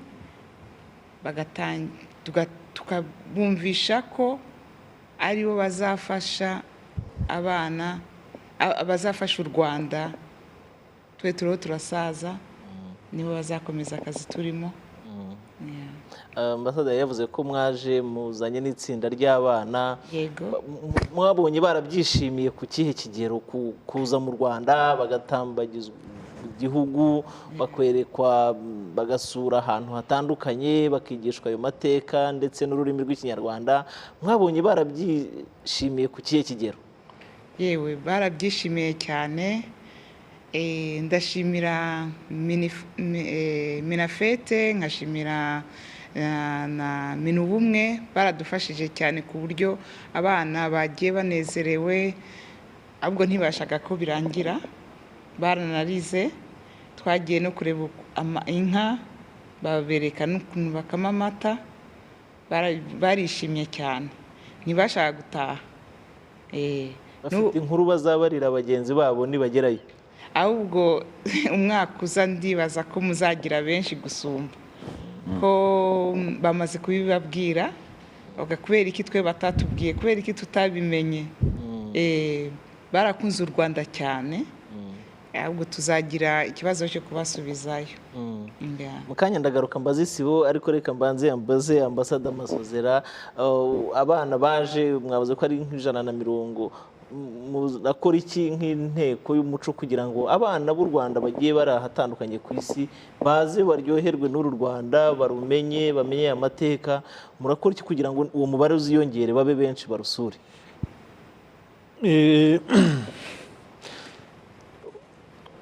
U Rwanda ukuntu inzego ziteye n'imikoranire yazo bigiye kudufasha cyane, kuko inshingano zirebana n'Abanyarwanda baba mu mahanga ziratureba twese, ariko ku isonga hariho Minisiteri y'Ububanyi n'Amahanga. Rero igira ambasade, dufite ambasade mu bihugu hirya no hino ku isi. Ngira ngo nanashimira akazi keza bakora kwegera Abanyarwanda baba mu mahanga no kubakundisha u Rwanda, kubatamika u Rwanda kugira ngo rubaturemo. Kandi ikindi cyiza ubona ambasade zacu zakoze, noneho bagiye banafasha Abanyarwanda baba mu mahanga kubaka amashyirahamwe yabo. Noneho ibyo rero biratworohera inzego ziri mu Rwanda, cyane cyane izifite umuco mu nshingano, kuko iyo ufite Minisiteri y'Ububanyi n'Amahanga, ukagira izo ambasade, ukagira n'amashyirahamwe y'Abanyarwanda muri diaspora, ibindi biroroha. Hasigara gusa noneho ibyo bashobora kuba badusaba. Nko mu nama y'ejo wabonaga icyo bakeneye cyane, banasabaga cyane cyane, basabye ngo abatoza babafasha kwiga kumenya kubyina Kinyarwanda, kuko imwe muri gahunda bakoze nza no kugarukaho dutangira wenda kuvuga ibikorwa biteganyijwe. Inteko y'umuco yari yarateguye ifatanyije na Minisiteri y'Ububanyi n'Amahanga na za ambasade amarushanwa y'imbyino gakondo mu banyarwanda bo mu mahanga. Ejo rero twaranarebye tureba ayo marushanwa, ngira ngo nashimire itorero riba mu Bushinwa niryo ryabaye irya mbere, amanota hejuru ya 80%, ndetse n'andi 5 ya mbere yahize ayandi. Ubwo ni Ubushinwa bwabaye bwa mbere, ariko haza kuzaho no mu Budage baba ba kabiri, ngira ngo mu Bubiligi babaye ba gatatu, n'abandi bagenda bakurikira. Ariko ukabona bose nubwo barushanywe gutyo, hagomba guhembwa wenda uwa mbere n'uwa kabiri, ariko bose wabonaga babikora neza.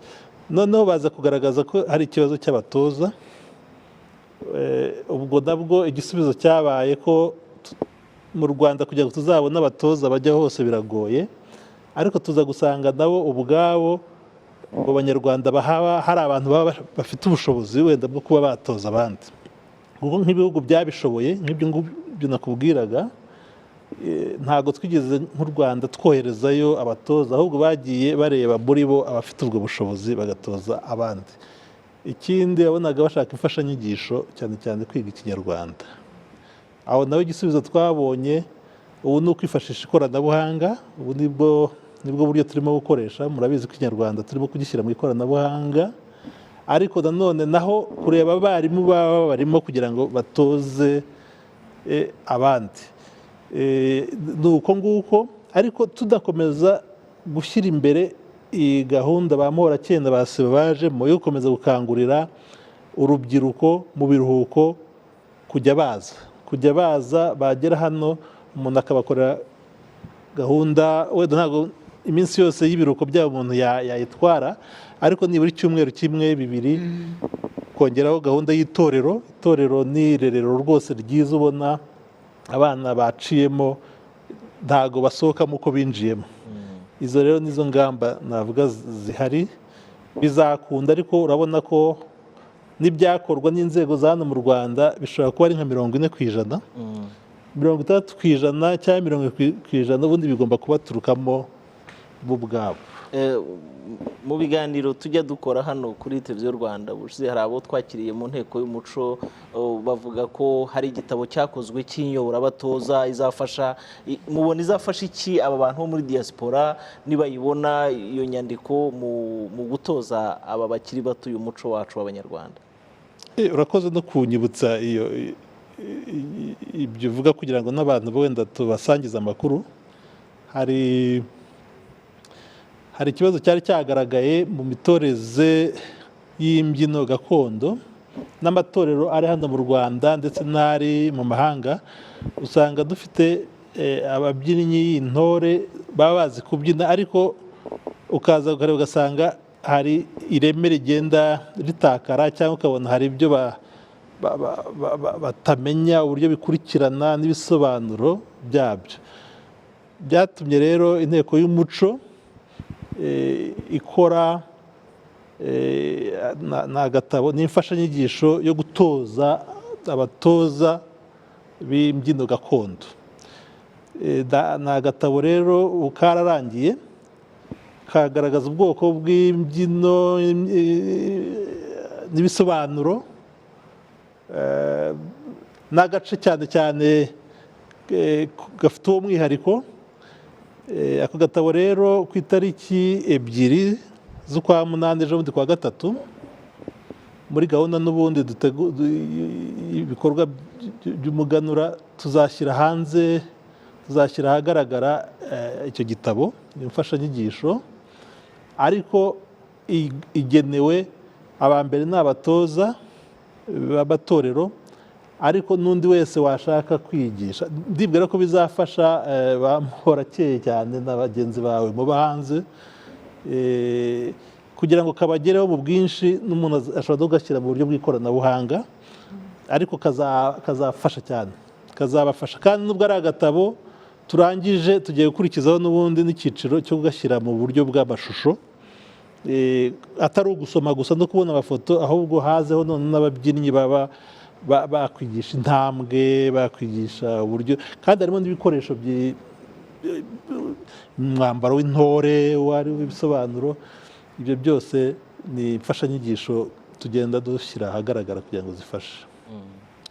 Agatabo k'inyoborabatoza kazafasha baba bari mu Rwanda ndetse n'abari mu mahanga kugira ngo kwa Muhorakeye biborohere.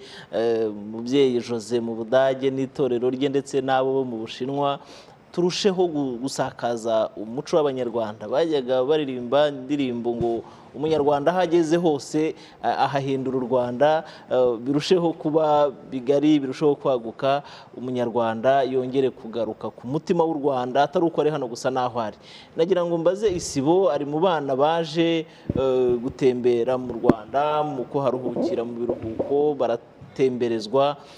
Niki wishimiye, wabonye byarakumariye iki?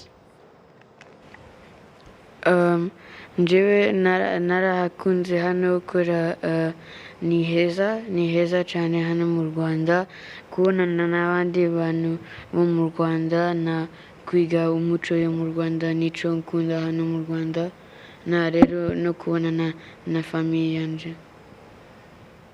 Isibo nk'umwana muto uba mu gihugu cy'Ububiligi, yatembereye ahura n'abandi bana, yumva umuco mu Rwanda, ukaba waramunejeje. Nugerayo niyihe nkuru uzaganiriza iki abandi bana bari mu Bubiligi? Nzababwira ko naragiye kuri tele, nzababwira ko naje hano kuri RTV, na ko mu Rwanda ari heza cyane, ntabwo ari bwo mu Bubiligi. Ati bimwe mu byo nzababwira, nzanababwira ko banyakiriye muri studio za televiziyo Rwanda, nabyo ni ibigwi mu byo agize azaganirira abandi bana bo mu Bubiligi. Rwose nabo nibaza ubabwire ko tuzabakira tukaganira, bakomere ku muco wacu. Nyakubahwa muyobozi w'akarere ka Rutsiro, kanya nagira ngo tugaruke ku bikorwa. Hari igihe abantu bumva Muganura bakumva gusabana, gusangira, Ambasada yarigeze kubikomozaho. Ibindi bikorwa mwateganyije muri iki cyumweru, muri uku kwezi k'Umuganura, ni ibihe, kugira ngo Abanyarutsiro bakurikiye televiziyo Rwanda nabo barusheho kwitegura neza kandi umunsi uzarusheho kubagendekera neza? Murakoze. Ubundi Umuganura aho uhuriye n'imihigo nk'uko na Ambasaderi yabivuze, ni umunsi mukuru uba hashize igihe gito dushoje umwaka kandi dutangiye n'undi umwaka w'ibikorwa. Rero muri Rutsiro uyu munsi w'ibirori tuzawuhuza no gushimira ababaye indashyikirwa mu bikorwa bagezeho umwaka washize, kandi bibe ku nzego zose. Imihigo iri ku rwego rw'umuryango, hari imiryango yabaye indashyikirwa muri buri mudugudu izashimwa imbere y'indi kugira ngo n'abandi bahakura isomo. Hari imidugudu yarushije iyindi, hari utugari twarushije utundi n'imirenge. Aha rero tuzabihuza no kubashimira, ariko dutangire ku mugaragaro umwaka mushya w'imihigo kuri izo nzego zose zikuriwe n'akarere kugeza ku rwego rw'umuryango. Icyo ni igikorwa kinini tuzageraho. Ikindi ni uko tuzaganuza abagizweho ingaruka n'ibiza batishoboye. Hateganijwe ibikorwa bitandukanye bizagirwamo uruhare n'Abanyarutsiro n'abafatanyabikorwa. Ubu tumaze igihe turi kongera kureba ku rutonde, tureba abo ari bo, ariko ni nabwo tuzongera kuganira ku mihigo, ku bikorwa tuzibandaho muri uyu mwaka mushya twatangiye, bikemura ibibazo bikomereye Abanyarutsiro. Ubwo ndavuga mu bigendanye n'imibereho myiza. Ni nabwo tuzongera kureba imiryango idafite amazu afatika akwiye, cyangwa se afite akeneye gusanwa, gukurungirwa n'ibindi. Ni nabwo tuzongera kwibukiranya uko tuzazamura umusaruro w'ubuhinzi n'ubworozi, harimo n'uw'amafi. harimo n'ibihingwa byoherezwa mu mahanga, dufite icyayi, ikawa n'ibindi. Ni nabwo tuzongera gufata ingamba ku bibazo biri mu miryango, tubitangire, harimo guca ubuzererezi, harimo guca amakimbirane mu miryango n'ibindi bibazo by'akarengane byose. Aha rero n'umwaka wacu tugiye gutangirira mu muganura kugira ngo abanyarutsiro bamenye ko umuganura ujyana n'ibikorwa by'indashyikirwa, umuganura ujyana no kuganuza abataragize amahirwe yo kweza, habamo gushimangira bwa bumwe hagati y'abifite n'abatifite, hagati y'abari kure n'abari hafi, ubumwe butuma nta cyuho kibamo hagati y'imiryango y'abanyarutsiro. Hanyuma ubundi dukomeze iterambere dushyira imbere kuba indashyikirwa, kuko abanyarutsiro bitwa abadahigwa mu mihigo. Iryo zina nibwo tuzarishimangira, kuko buri muntu wese aho ari yumvemo ko ari umudahigwa, aharanire kubigeraho, ku buryo n'undi mwaka tuzongera kwizihiza umuganura tuzasangaho uyu udusanze twaraharenze cyane, kubera kumva indangagaciro zikubiye mu muganura tuzigisha n'abandi banyarutsiro bose. Nyakubahwa Meya yavugaga ku bijyanye n'abaturage n'akarere ka Rutsiro. Ambasada, ku rwego rw'igihugu ho, usibye umuganura uzizihirizwa, ibirori bizabera i Rutsiro, ibindi biteganyijwe mu rwego rw'igihugu muri iki gihe cy'umuganura, ibindi bikorwa birimo n'ibihe? Ku rwego rw'igihugu twagiye tunabivugaho, ni ku nzego nk'eshanu nyine. Hari ku rwego rw'igihugu, Rutsiro, mu karere ka Rutsiro, ariko hari n'umugoroba w'igitaramo abanyarwanda bamaze kumenya no gukunda, igitaramo i Nyanza twataramye, nacyo kiri ku rwego rw'igihugu, tuziziriza i Nyanza. Ariko hakaba kuri uwo munsi n'umuganura w'abana. Dufite umuganura wihariye w'abana uzakorerwa mu ngoro ndangamurage y'imibereho y'abanyarwanda i Huye. Uzaba ari n'umunsi mwiza cyane.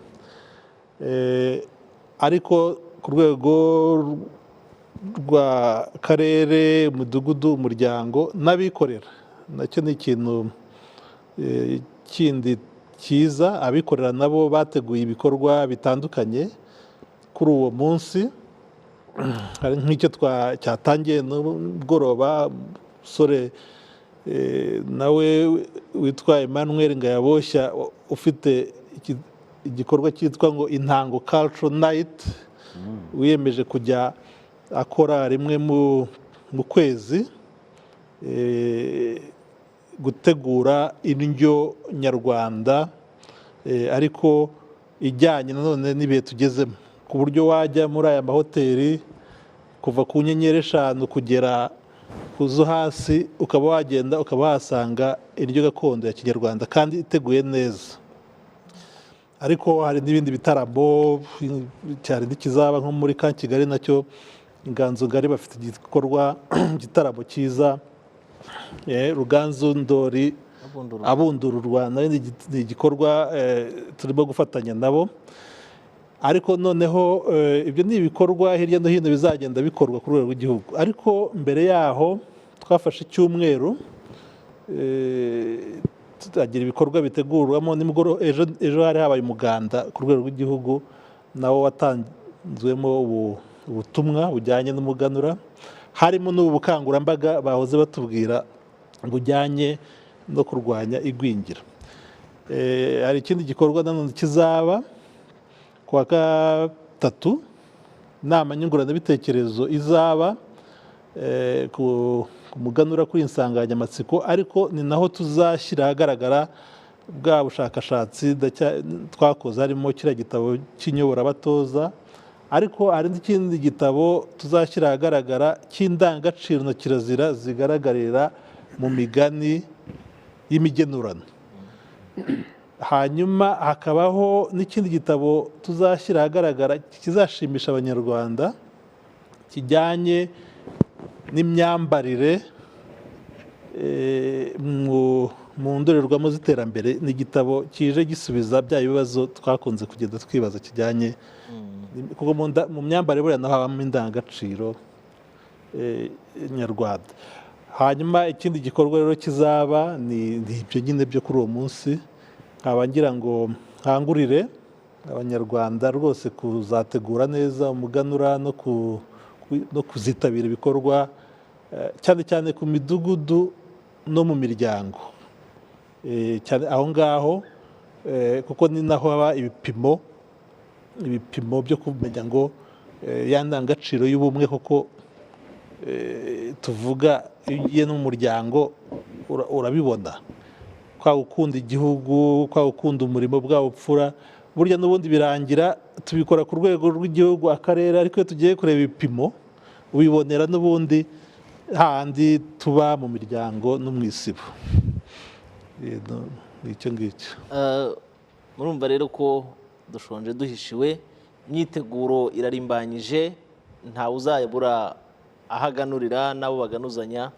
Hari ibyo bitaramo bitandukanye, abanyenyanza mu mugoroba i Nyanza twataramye no mu nkengero zayo, Muhanga, Ruhango, Huye, Gisagara n'ahandi, mwese muzahurira i Nyanza maze mutarame u Rwanda, mwongere kwishimira ibyo abanyarwanda bagezeho. Igitaramo kandi inganzo ngari muri ka Kigali, igitaramo ku itariki 11 cya Rumaga muri ka Kigali, nawe aganuza abanyarwanda ku nganzo nziza afite nk'umusizi w'umuhanga. Nta rungu rwose, ukwezi k'umuganura tuzagubwa neza kandi tuzabona byinshi byo kuganuzanya. Nyakubahwa Justin, hari urwenya, kenshi urwenya buriya rwenya biriho mu mwana ngo ku ishuri mwarimu yabwiye atari kugenda ubwira ababyeyi baze tubaganirize waragwingiye, abaza mwarimu ati ubihereye kucya turi mu gufata maze nsumba papa.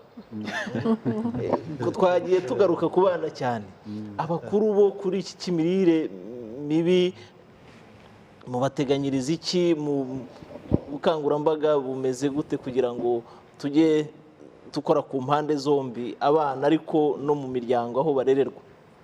Murakoze. Ubundi iyo tuvuze ikijyanye n'imirire myiza ni ku bantu bose, ni ku bantu bose, ariko ibibazo bikunda kugaragara koko mu bana kuko nibo bari mu gihe cyo gukura. Niho rero leta ishyira imbaraga kugira ngo abana bavuka bakure neza, ariko mu bukangurambaga birebana n'imirire myiza tuvuga no ku mirire muri rusange y'abantu bose, kuko n'abantu bakuru bakenera ibyubaka umubiri, bakenera ibyo barya kugira ngo bagire imbaraga bakore akazi, bakenera ibyo barya kugira ngo basimbuze ingingo cyangwa uturemangingo twapfuye. Minisiteri y'Ubuzima rero na RBC n'abafatanyabikorwa, uretse ubwo butumwa cyangwa iyo gahunda yo kureba imikurire y'abana, ariko tugira na protokole cyangwa se amabwiriza areba abantu bose, tutitaye ku myaka. Umuntu wese waba ufite ikibazo tukamwitaho, ari ku rwego rw'umudugudu, ari ku rwego rw'ikigo nderabuzima ndetse no ku rwego rw'ibitaro. Rero ayo mabwiriza arahari twita protokole areba ibyiciro byose by'abantu, kuko bose bagomba kurya neza kugira ngo babeho. Impamvu rero ku bijyanye n'imikurire y'abana, umuntu agera igihe agakura bikaba birangiye bikari aho ngaho. Umwana rero uri munsi y'imyaka 2 niho tugomba gushyira imbaraga kugira ngo imikurire igende neza. Aducitse igihe cy'imyaka 2 ubwo hari ibyo aba yatakaje atazabona. Iyo hari abantu bashobora kuba bagufi ariko bataragwingiye, urugero nk'Abayapani baba bagufi, ariko iyo tugiye kureba ikigero cy'igwingiye ni ukureba abana bari munsi y'imyaka 5. N'abashakashatsi bavuga ko abana muri rusange bakura kimwe hasi y'imyaka 5. Wenda ibijyanye na genetike, ko abantu bose ntibareshya, ibijyanye na genetike bitangira kwigaragaza nyuma y'imyaka 5. Ariko abana bari munsi y'imyaka 5 baba bakura ku kigero kimwe. birashoboka ko uzasanga umwana w'imyaka 5 atareshya na mugenzi we ariko bose bari mu kigero cyiza. Rero ikigero tureberamo imikurire y'abana uko abashakashatsi babikoze, dufata icyiciro runaka wenda tubikoze neza uko abajyana mu buzima babyigisha, ugasanga abana bari mu ibara ry'icyatsi kibisi, abo barakura neza. Abana bari mu ibara ry'umuhondo ntabwo bakura neza. Abana bari mu ibara ry'umutuku barakura nabi, ntabwo bimeze neza. Ariko n'abandi bari mu cyatsi bose ntabwo bakura kimwe, ariko bari mu cyatsi. Hari icyatsi cyegereye umuhondo, hari n'ikirenze kijya kurenga icyatsi hirya kure. Ariko icyo navuga ni uko ku birebana n'imikurire y'abana, abana bakura kimwe munsi y'imyaka 5. Noneho ibijyanye na genetike, sinzi uko nayita mu kinyarwanda, izo fagiteri za genetike kuko ari barebare cyane, abaringaniye, bagufi, icyo gihe izo fagiteri za genetike zitangira kuza nyuma y'imyaka 5. Munsi y'imyaka rero 5 umwana aba agomba gukura neza mu gihagararo, akagenda uko ibipimo bipanze, akagira n'ubwenge. Buriya NCDA yazanyeho ikindi kintu gikomeye cyane cyo gukangura ubwonko bw'umwana, kugira ngo nubwo tumuha ibiribwa agakura mu gihagararo nakongera n'ibiro, ariko akuze n'ubwenge. Bashyizeho iyo gahunda nziza rero yo gukangura ubwonko bw'umwana kugira ngo bazagire ubwenge, uko bakura bagende bagira n'ubwenge. Aho rero wenda kw'icyo warumbajije nasoza mvuga ko ikijyanye na genetike kibaho. Hari imiryango bagira abana barebare cyane, ariko munsi y'imyaka 5 abana muri rusange bakura kimwe, niko abashakashatsi babibonye. Keretse population zimwe ziba mu mashyamba nizo babonye ko badakura kimwe, ariko muri rusange abana munsi y'imyaka 5 bakura kimwe. Izo fagiteri zikazaza nyine bagatangira kwidistinga hejuru y'imyaka 5, ariko baba baragize ubwenge, baranakuze. Nk'umuntu waturutse mu kigo cy'igihugu gishinzwe ubuzima RBC, tuvuga ku bukangurambaga, twegereje n'umunsi wo kwizihiza ibirori, ntabwo twagenda tutavuze ko tuzanywa gake, kuko nabwo n'ubukangurambaga mufite mu nshingano, cyangwa se uwo umunsi w'ubusabane tuzirekure, mwabitubwiraho iki nabyo? Kugira ngo umuntu agire ubuzima bwiza, ari imirire, ari ibyo kunywa, badusaba ko tubifata mu rugero. Yewe n'imirire, iriya porogaramu babonye yigira imwe ku mwana buri munsi, nuko babonye ko rihagije. Iyo dukabije rero mu biribwa no mu binyobwa, tuba tugiye guteza ibindi bibazo mu buzima bw'umuntu. Uzabona ko hari abantu baba nini cyane kubera bariye ibirenze ibyo umubiri ukeneye. Ariko ngarutse ku cyorezo cyo kunywa, nk'uko nyakubahwa Minisitiri w'Ubuzima abidukangurira, inzoga ntabwo ari nziza. Twashishikariza abantu kutanywa inzoga, ariko nabo bakuru baramutse banyoye, ariko ntibanywe kenshi, ntibanywe nyinshi ku buryo zibagira ingaruka mu buzima bwabo. Nicyo navuga. Ikindi wenda n'ubwo bukangurambaga ni uko RBC yateguye ubutumwa bwanditse buvuga buti igira imwe ku mwana buri munsi, mu rwego rwo kurwanya igwingira. Ariko uwo mwana bayiriye n'ibindi biryo, ya ndyo yuzuye navuze, na Irene yakomeje kugenda avugaho, abayiriye na ya ndyo yuzuye, ariko tukagerekaho n'igi. Noneho ubwo butumwa harimo ibigize igi, cyo tuzasangamo gifitiye abana akamaro. Kirimo za vitamini zitandukanye n'amaseri minero cyangwa imyunyungugu, kandi bifasha umubiri gukora neza. Hanyuma bagashyiraho n'ubutumwa bw'ukuntu igi ritegurwa, kugira ngo umwana muto atazarirambirwa. Ibyo twabifatanije rero na NCDA RBC, bategura ubwo butumwa, kandi buzagera mu bajyanama b'ubuzima babutange, ndetse binahoreho. Numva aricyo navuga ku bukangurambaga. Arakoze Justin. Tugiye kwinjira mu kwezi k'umuganura, aho abanyarwanda bizihiza umuganura, bagasabana, bagasangira, ariko akavuga ati muri ubwo busabane rwose tuzanywe gake, inzoga nyinshi ntabwo ari nziza ku buzima, kandi kugira ubuzima butari buzima ubwibujije kubera inzoga, numva bidakwiye umunyarwanda w'iki gihe, bidakwiye umunyarwanda mwiza ugendera kuri za ndangagaciro na nyakubahwa ambasada yatubwiraga.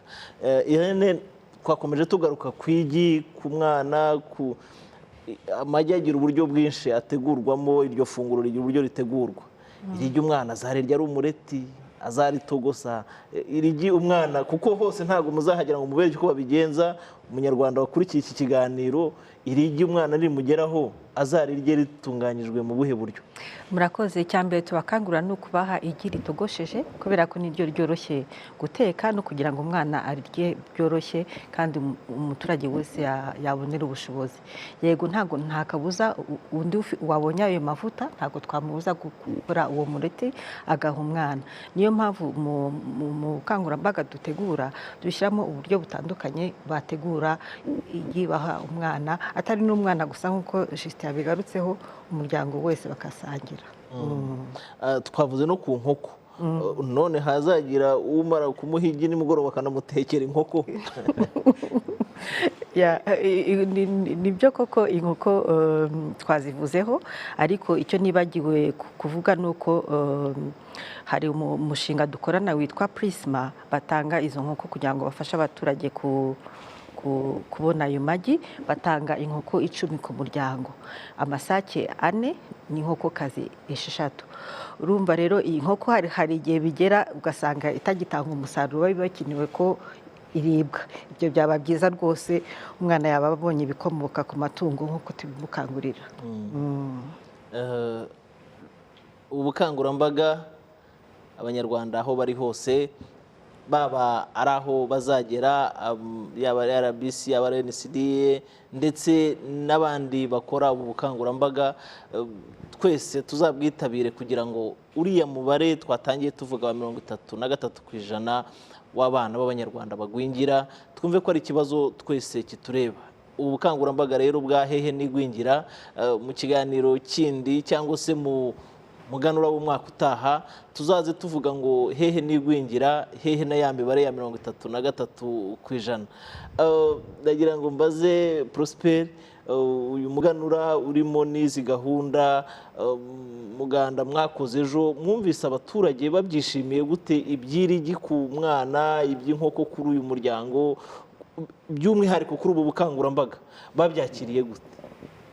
Babyakiriye neza, twasanze basanzwe banabizi kubera za nzego zisanzwe zikorera mu baturage umunsi ku wundi, kandi twabasabaga n'ibitekerezo, tutese irigiko ridahagije mwe muteganya iki, bakagaragaza ko rwose ko iki kibazo bakigize icyabo, ko basanzwe bafite nabo byinshi, ahubwo ikibazo ko ari ukubikoresha nabi, ko mu miryango myinshi twagiye dusangamo ikibazo cy'imirire mibi.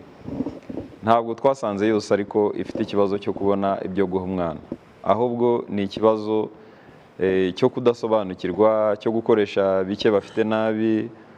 Ugasanga za nzoga wari umaze kuvuga nazo zibifitemo uruhare. Ababyeyi bamwe mu mafaranga make babonye bayatwara mu kabari, ntibibuke ko abana harimo ibyagurwa bigafasha abana kutagera mu kibazo cy'imirire mibi. Rero byatubereye n'umwanya wo kongera kuganira ku ngamba ziri mu baturage ubwabo, uburyo bo ubwabo bakwikemurira ikibazo. Rero barakishimiye, ahubwo byabaye umwanya wo kongera kuganira ku kibazo cy'imirire mibi muri rusange no gufata ingamba zibaturutsemo ubwabo, akaba aribo babyikemurira bakiha n'igihe, ku buryo dushimira uyu muganura kuba waraje ukaba umusemburo w'ibiganiro hagati y'abaturage ubwabo. Reka ngaruke kuri Françoise. Umunyarwanda yaravuze ngo niyo byakwera ntago byakwera ngo de. Muri uko gutoza abana muri diaspora, mu kubigisha umuco n'indangagaciro, ni izihe mbogamizi, ni biki bibagora muri urwo rugendo? Yego, ko mubizi mu Bwongereza ni hanini, ibyifuzo byacu twari guhura twese diaspora yose ya UK, tukashaka ahantu duhurira hamwe maze tukigisha abana benshi.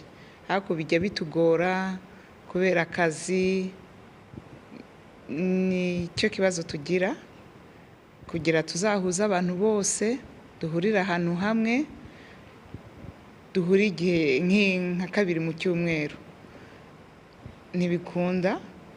Urumva rero tubikora rimwe nka 2 mu mwaka, tukagenda ahantu hamwe tukahahurira, tukahamara nk'iminsi 3 twiga iby'umuco, twiga ikirimi, ariko kenshi dukunze no kubikorera kuri televiziyo tureba a distance, ariko twasanze bitigisha neza ko ntumenya amakosa umwana ari harakora, ntuyamenya no gushaka abatoza ko kenshi we n'ibyuzi ubumenyi tuzi tubahaye kenshi ntibabwakira nk'umuntu avuye hanze.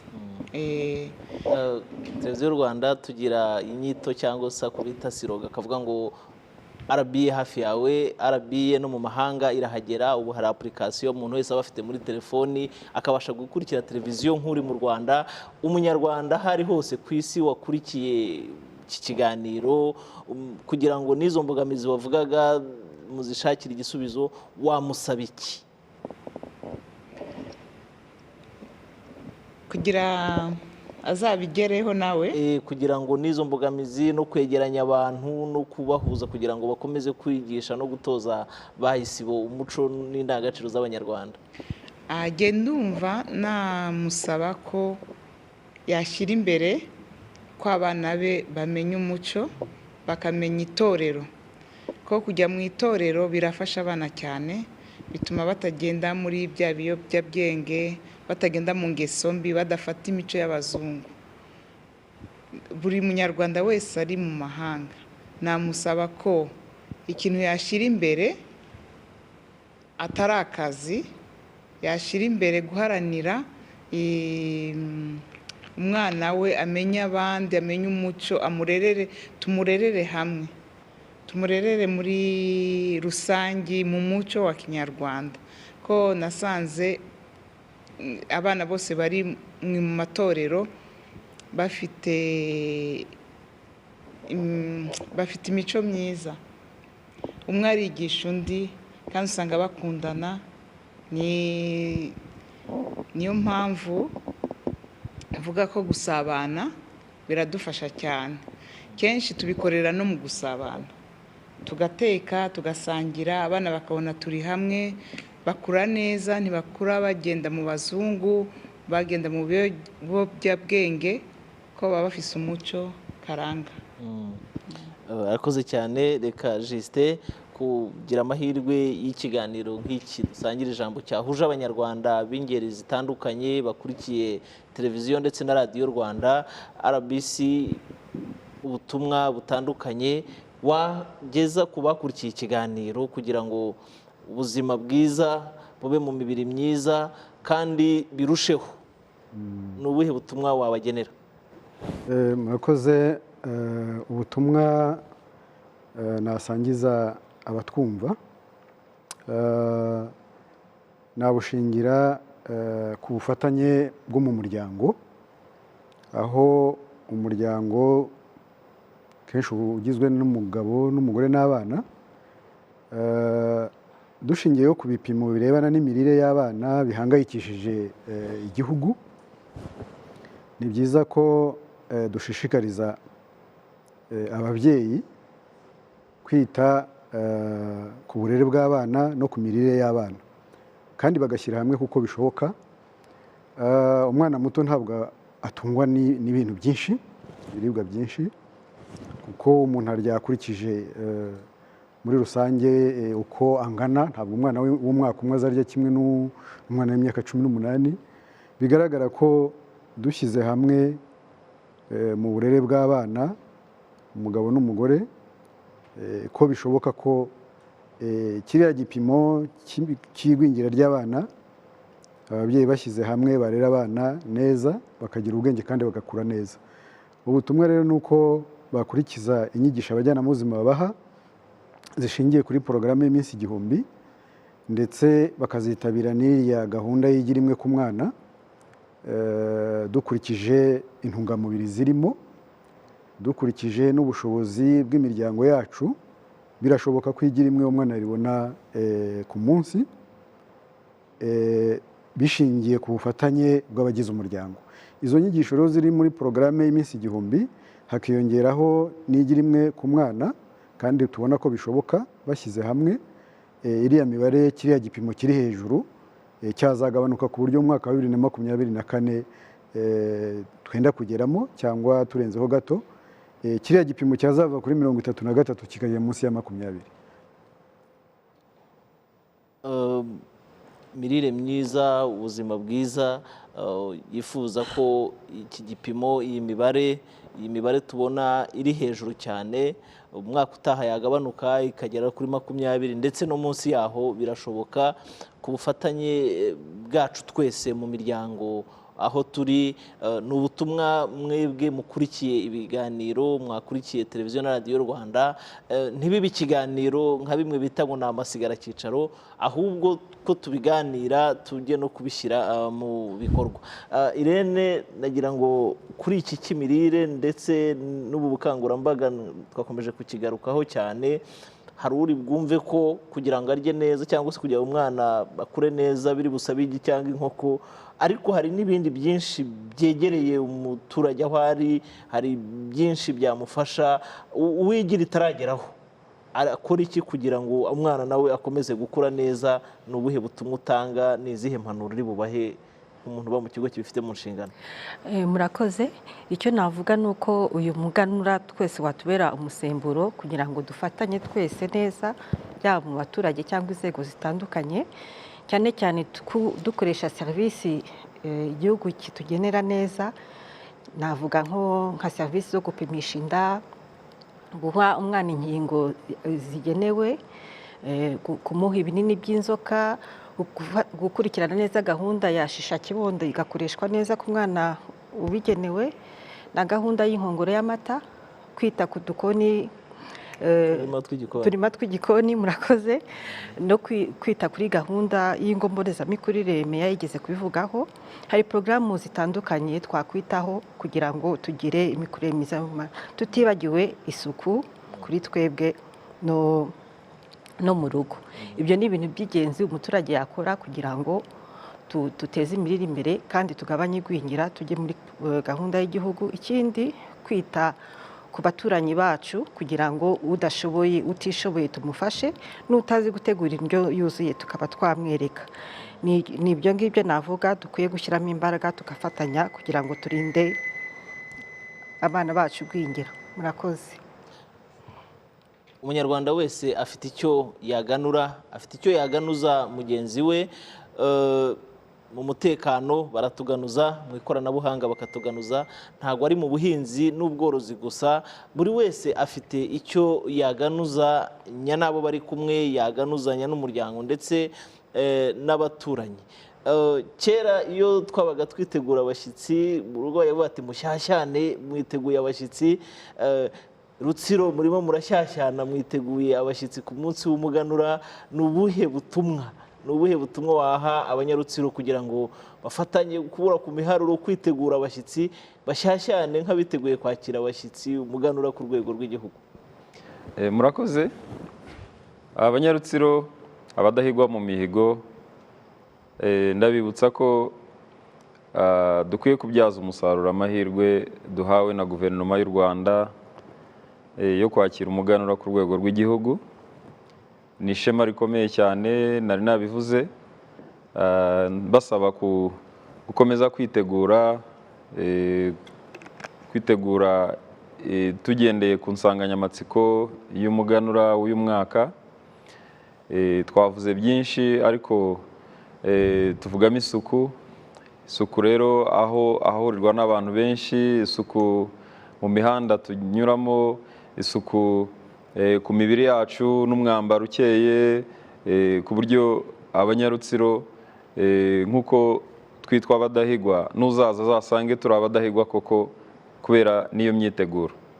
Cya kabiri, ndasaba abanyarutsiro kuzitabira ibirori by'umuganura aho ubuyobozi bwabo bwaberetse, kuko hari ubutumwa bwinshi buzahatangirwa, ariko habeho no gukoresha uwo mwanya tuganuze abagizweho ingaruka n'ibiza n'abandi bafite ibibazo bitandukanye, bibe intangiriro nziza y'umwaka mushya dutangiye. Ndasaba abanyarutsiro bifite kumva ko ntabwo twatera imbere tutari kumwe n'abandi. Gutera imbere wenyine cyangwa muri bake burya ntabwo riba ari iterambere ryuzuye. Ni ngombwa ko tujya tugira n'uruhare mu gufasha n'abasigaye inyuma kugira ngo twese tugendere rimwe. Hanyuma abanyarutsiro muri rusange nongere mbibutse ko ibyo Rutsiro ifite birahagije kugira ngo tutagira imirire mibi. Nta kintu tubuze, turi mu turere dufite amafi, dufite isambaza, ubwo ni ibikomoka ku matungo, dufite ubuhinzi. Nta kibazo kiri muri Rutsiro gikwiye gutuma tugira abantu bafite imirire mibi.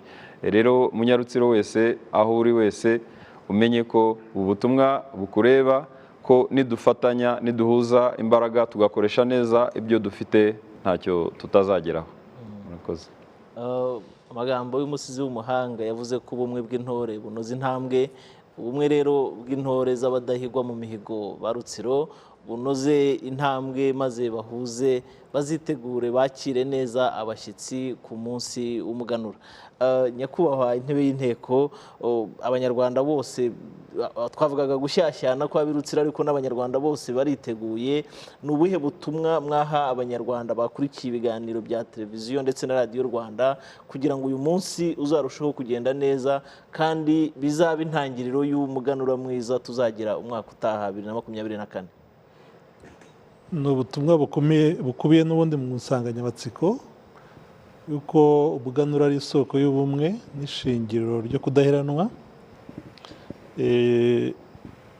Abantu bamenya yuko umuganura utaba gusa imihango wo gusangira, gusabana gusa, ahubwo ko harimo no kwimakaza indangagaciro twagiye tuvuga zikubiyemo.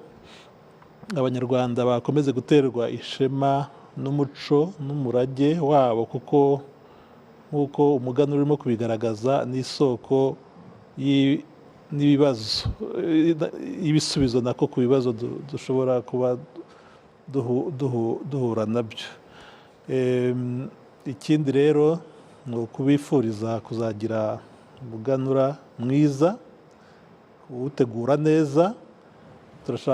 Turifuza kubona hose mu Rwanda ari u Rwanda, abazabishobora kwambara kinyarwanda, amafunguro ya kinyarwanda, mbese hose uzabe koko ari umunsi mukuru ufite icyubahiro kiwugomba. Nuko nasoza. Murakoze. Dusangire ijambo y'uyu munsi mu nyemerere ngana ku musozo. Nshime abatumirwa babanye natwe, ariko kandi nshimire namwe mwese abakurikiye ibiganiro bya radiyo na televiziyo Rwanda aho muri, kugira ngo mukomeze kwitegura neza umuganura nk'isoko y'ubumwe ndetse n'ishingiro ry'ubudaheranwa bw'abanyarwanda.